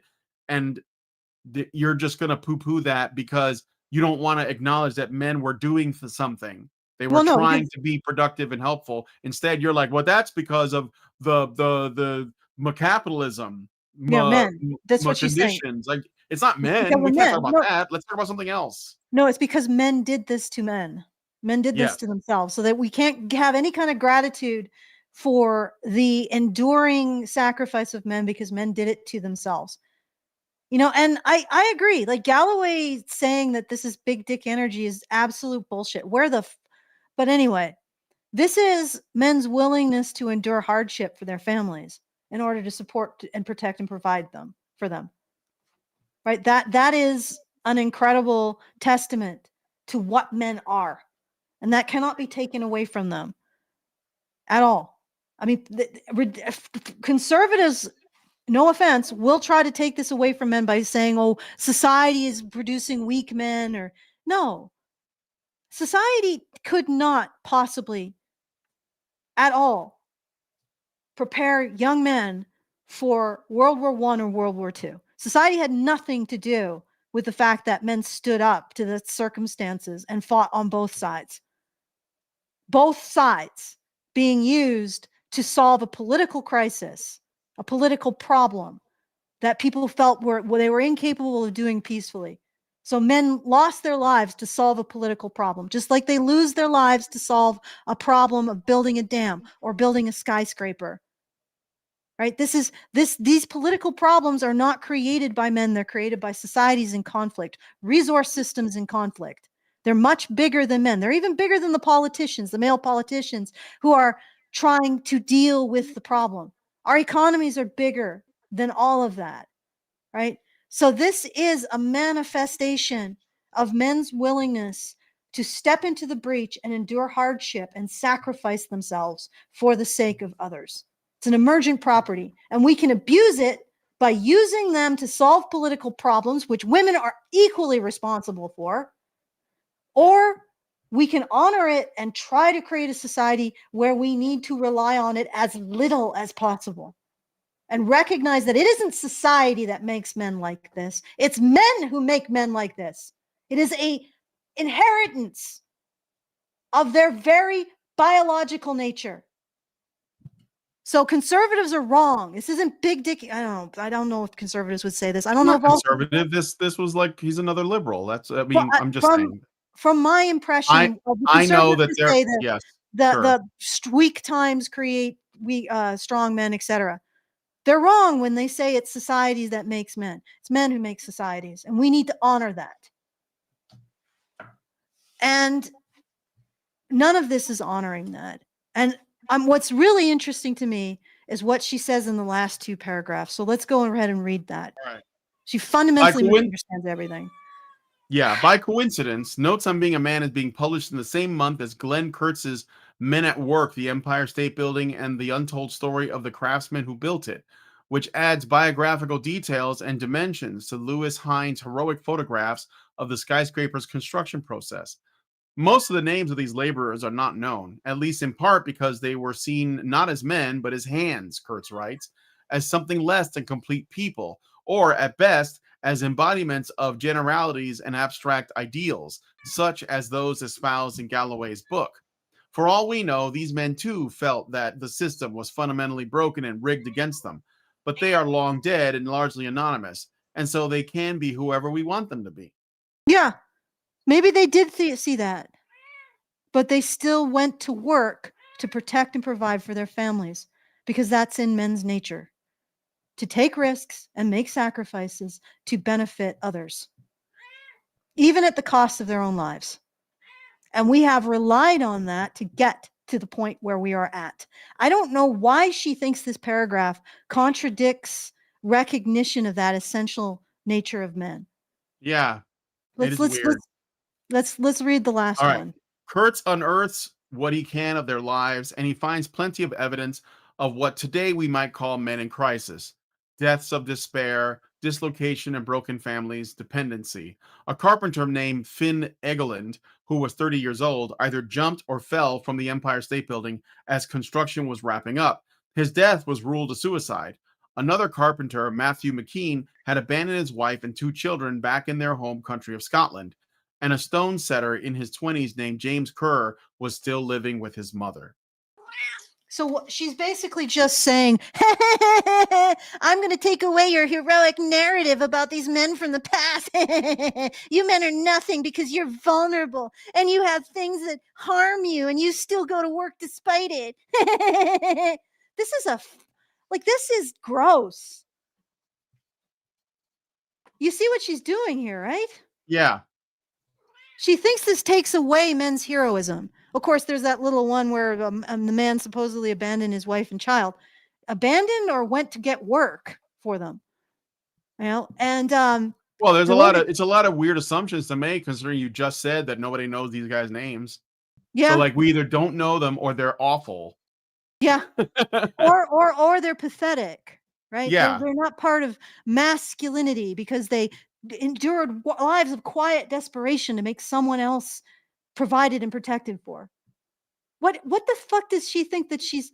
I should stop swearing so much, but this is just so infuriating. What does she think? What point does she think she's making? I think she honestly thinks that when she says, oh, the extreme right manhood is about performing dominance, and she thinks that saying this stuff, describing these vulnerabilities, is a gotcha against the manosphere. Yep. Because she thinks that men can only be admired when they are infinitely tough and alpha. She's really revealing a lot about her psychology, and not so much about her opponents, except for Scott, this Galloway fellow, with his big dick energy and all this other nonsense. Why is it that when progressive men always try to pretend to appeal to anybody else in the manosphere, they always go with the big swinging dick energy? Why don't you go with recognizing that men have been vulnerable throughout all of human history, and yet they have stepped up and still saw themselves in terms of service to others? Like, they've still stepped up and protected and provided for others. The great heroism of these men is not that they were invulnerable or impervious or that they had big dick energy. It's because they suffered and they still took it upon themselves to try to make someone else's life better. Right? And I don't think this woman understands that in the slightest. Okay. Nah, she doesn't. Yeah. Well, the lobotomy sisters has a lobotomy sister has weighed in on the situation of men. Okay, let's go through the Twitter really quick, if possible. Is it possible? Yeah, I mean, I got like 5 minutes because I gotta get like, I'm going to the gym, so I gotta change clothes and then I gotta go pick her up. So, okay. But all right. So, this is just is there a link to the original article? I believe, yeah. Yeah, I got it right here. Yep. So, male students, this was shared by Brandon Warmk, and he says this is from Fire. Fire is the it's like the freedom, I forget what it's called, but it's like a college organization. But anyway, fire.org shared this article. Male students show more tolerance for political enemies than females show for their own allies. We just saw that in the article we just read, actually. Holy hell. Like, that's a lot of lack of tolerance, isn't it? You like, literally, she's basically saying that any male feminist or progressive man and who in any way engages with the issues of men is part of the manosphere and part of her enemy. Yes. And an enemy. Exactly. Yes. Men can only be seen as the problem. They can only be seen as criminal. They can't be seen as having inherent worth in her cosmology. Okay, let's read. Let's take a look at this. I mean, it's mostly just a bunch of graphs that are interesting. So. All right. Hold on. Just okay. Got it. So, Suppose you're a democratic socialist who has been invited to speak at a college campus. Who do you think would be more likely to try to silence you? A left-leaning woman or a right-wing man? I think that's obvious. It may be reasonable to assume someone with similar ideology would be more tolerant of your views, but new data by Fire suggests that that's not the case. Amazingly, it turns out men are often more tolerant of the opposite side than women are of their own side. Amazingly? Yeah, amazing. Not amazingly. Not at all surprising. No. Because there's like another study that's currently being worked on that is finding, so it's not finished yet, but I think this is going to bear out that women are like far more likely to advocate for violence against their political opponents than men. Um, which makes sense because I think women are more likely to advocate for violence because they don't they're not connected to the The consequences of it. consequences. Yeah. Yeah, so like they can just advocate for it. Yeah. So Well, I mean, even the men who enact the violence know that it's going to end up with consequences to them. yeah, they're usually prepared to like go to jail or something or die Yeah. by the time they Or do just it. have to So deal with it in the case of first responders, right? yeah, Okay. yeah, Let's, exactly. let's look a little bit closer at this. All right. Do you want me to zoom in? I can't. Well, I No, can. I guess I can. you can. Well, you can take a look. So apparently the most liberal is, or sorry, the most tolerant is libertarian. I don't think that surprises anyone. But honestly, it pretty much clusters with men on being more tolerant no matter what kind of political position you have, except for some haven't thought much about this. So if you look at the little gray dot, like the little gray circle, it down, yeah, right. You just went over it right Right there. here. Yeah, that's men who haven't thought much about this, who apparently, despite not having any actual position, are really intolerant to other positions. I just thought that was Yeah. funny. How does that work? I don't believe in anything, but I hate everybody else who believes in something. Maybe that's it. Oh, that's it's kind of weird. Yeah. Women who haven't thought about this are also the least tolerant. So I Yeah. guess it's just yeah. They just want everybody to Um. shut up and be censored. Yep. We can all live in That NPC land with tracks. no opinions. Okay, let's That read a little tracks. further. Yeah. The data taken from Fire's annual college free speech rankings reveals that overall tolerance for opposing views is low among both male and female students, but the males consistently display far more tolerance than females, regardless of their politics. In fact, with the exception of male libertarians who are slightly more tolerant, men of all political ideologies have roughly the same level of tolerance as each other. The same is true of women. In other words, it's not that liberals are more tolerant than conservatives or vice versa. Liberal and conservative men are more or less equally tolerant, as are liberal and conservative women. It's being a man, liberal or conservative, that makes the difference. Is being a man. So Being a man, yeah. this is another positive quality in men. And I actually got into it with somebody was saying that maybe it's because testosterone leads to fairness or stuff like that. I don't think that's what it is. And Grok confirmed that testosterone does lead to competitiveness. So I think what it is, it's not that these men are less competitive than the women. It's because they're more willing to risk potential harm and discomfort of other people's ideologies. Like, so they're more willing to risk the potential threat that the other poses to them. Yeah. And in order to uphold ethics, system ethic and principles like freedom of speech. And I think that's really critical. You got to really contend with this when you think about how a society needs to be able to evolve with evolving circumstances, but also stay true to itself.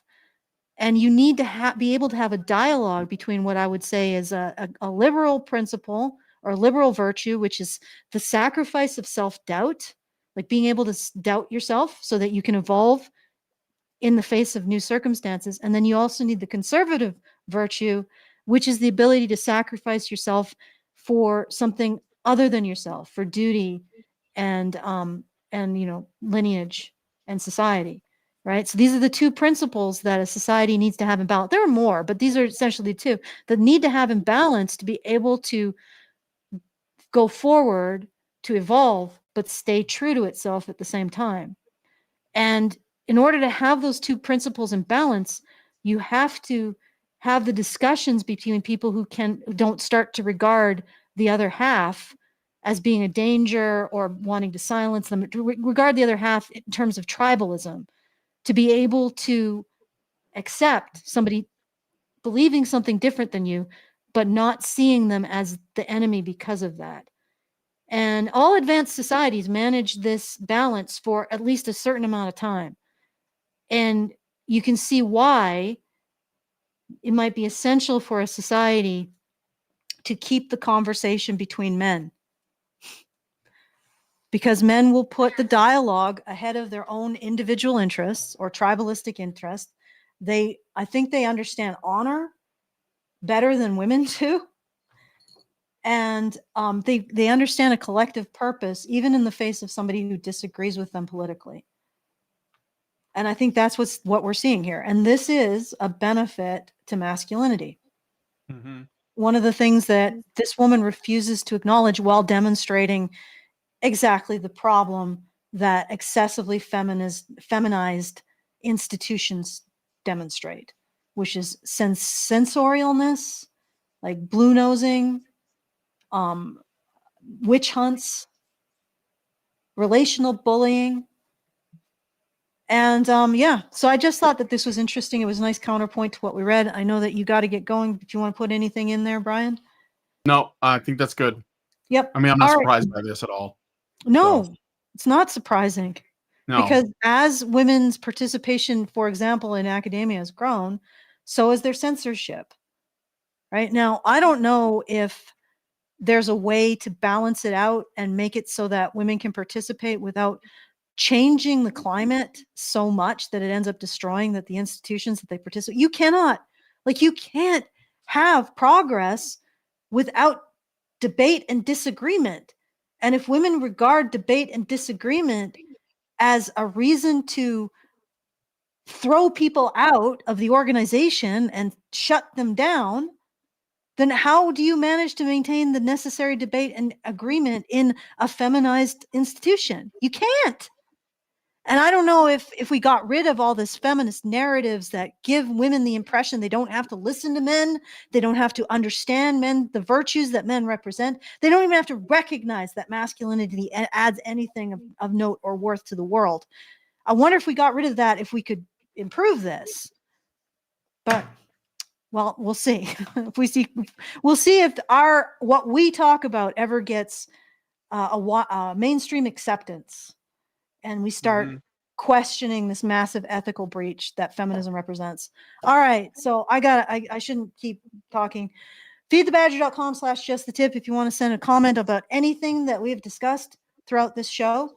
It's the very best way for you to send us a tip because we get the full benefit of whatever you send. And it's the best way for you to send us a comment because you don't put it through YouTube's comment enhancement system. And also that comment stays in our community so we can ponder it. We can derive more benefit from your wisdom because it lasts longer. All right, so I'll hand it back to you, Brian. Okay, well, if you guys like this video, please hit like, subscribe if you're not already subscribed, to the bell for notifications. Leave us a comment. Let us know what you guys think about what we discussed on the show today. And please, please, please share this video because sharing is caring. Thank you guys so much for coming on today's episode of Maintaining Framing. We'll talk to you guys in the next one. Men's rights activists are machines, dude. Okay? They are literal machines. They are talking point machines. They are impossible to fucking deal with, especially if you have like a couple dudes who have good memory on top of that too. Holy shit, you're fucked.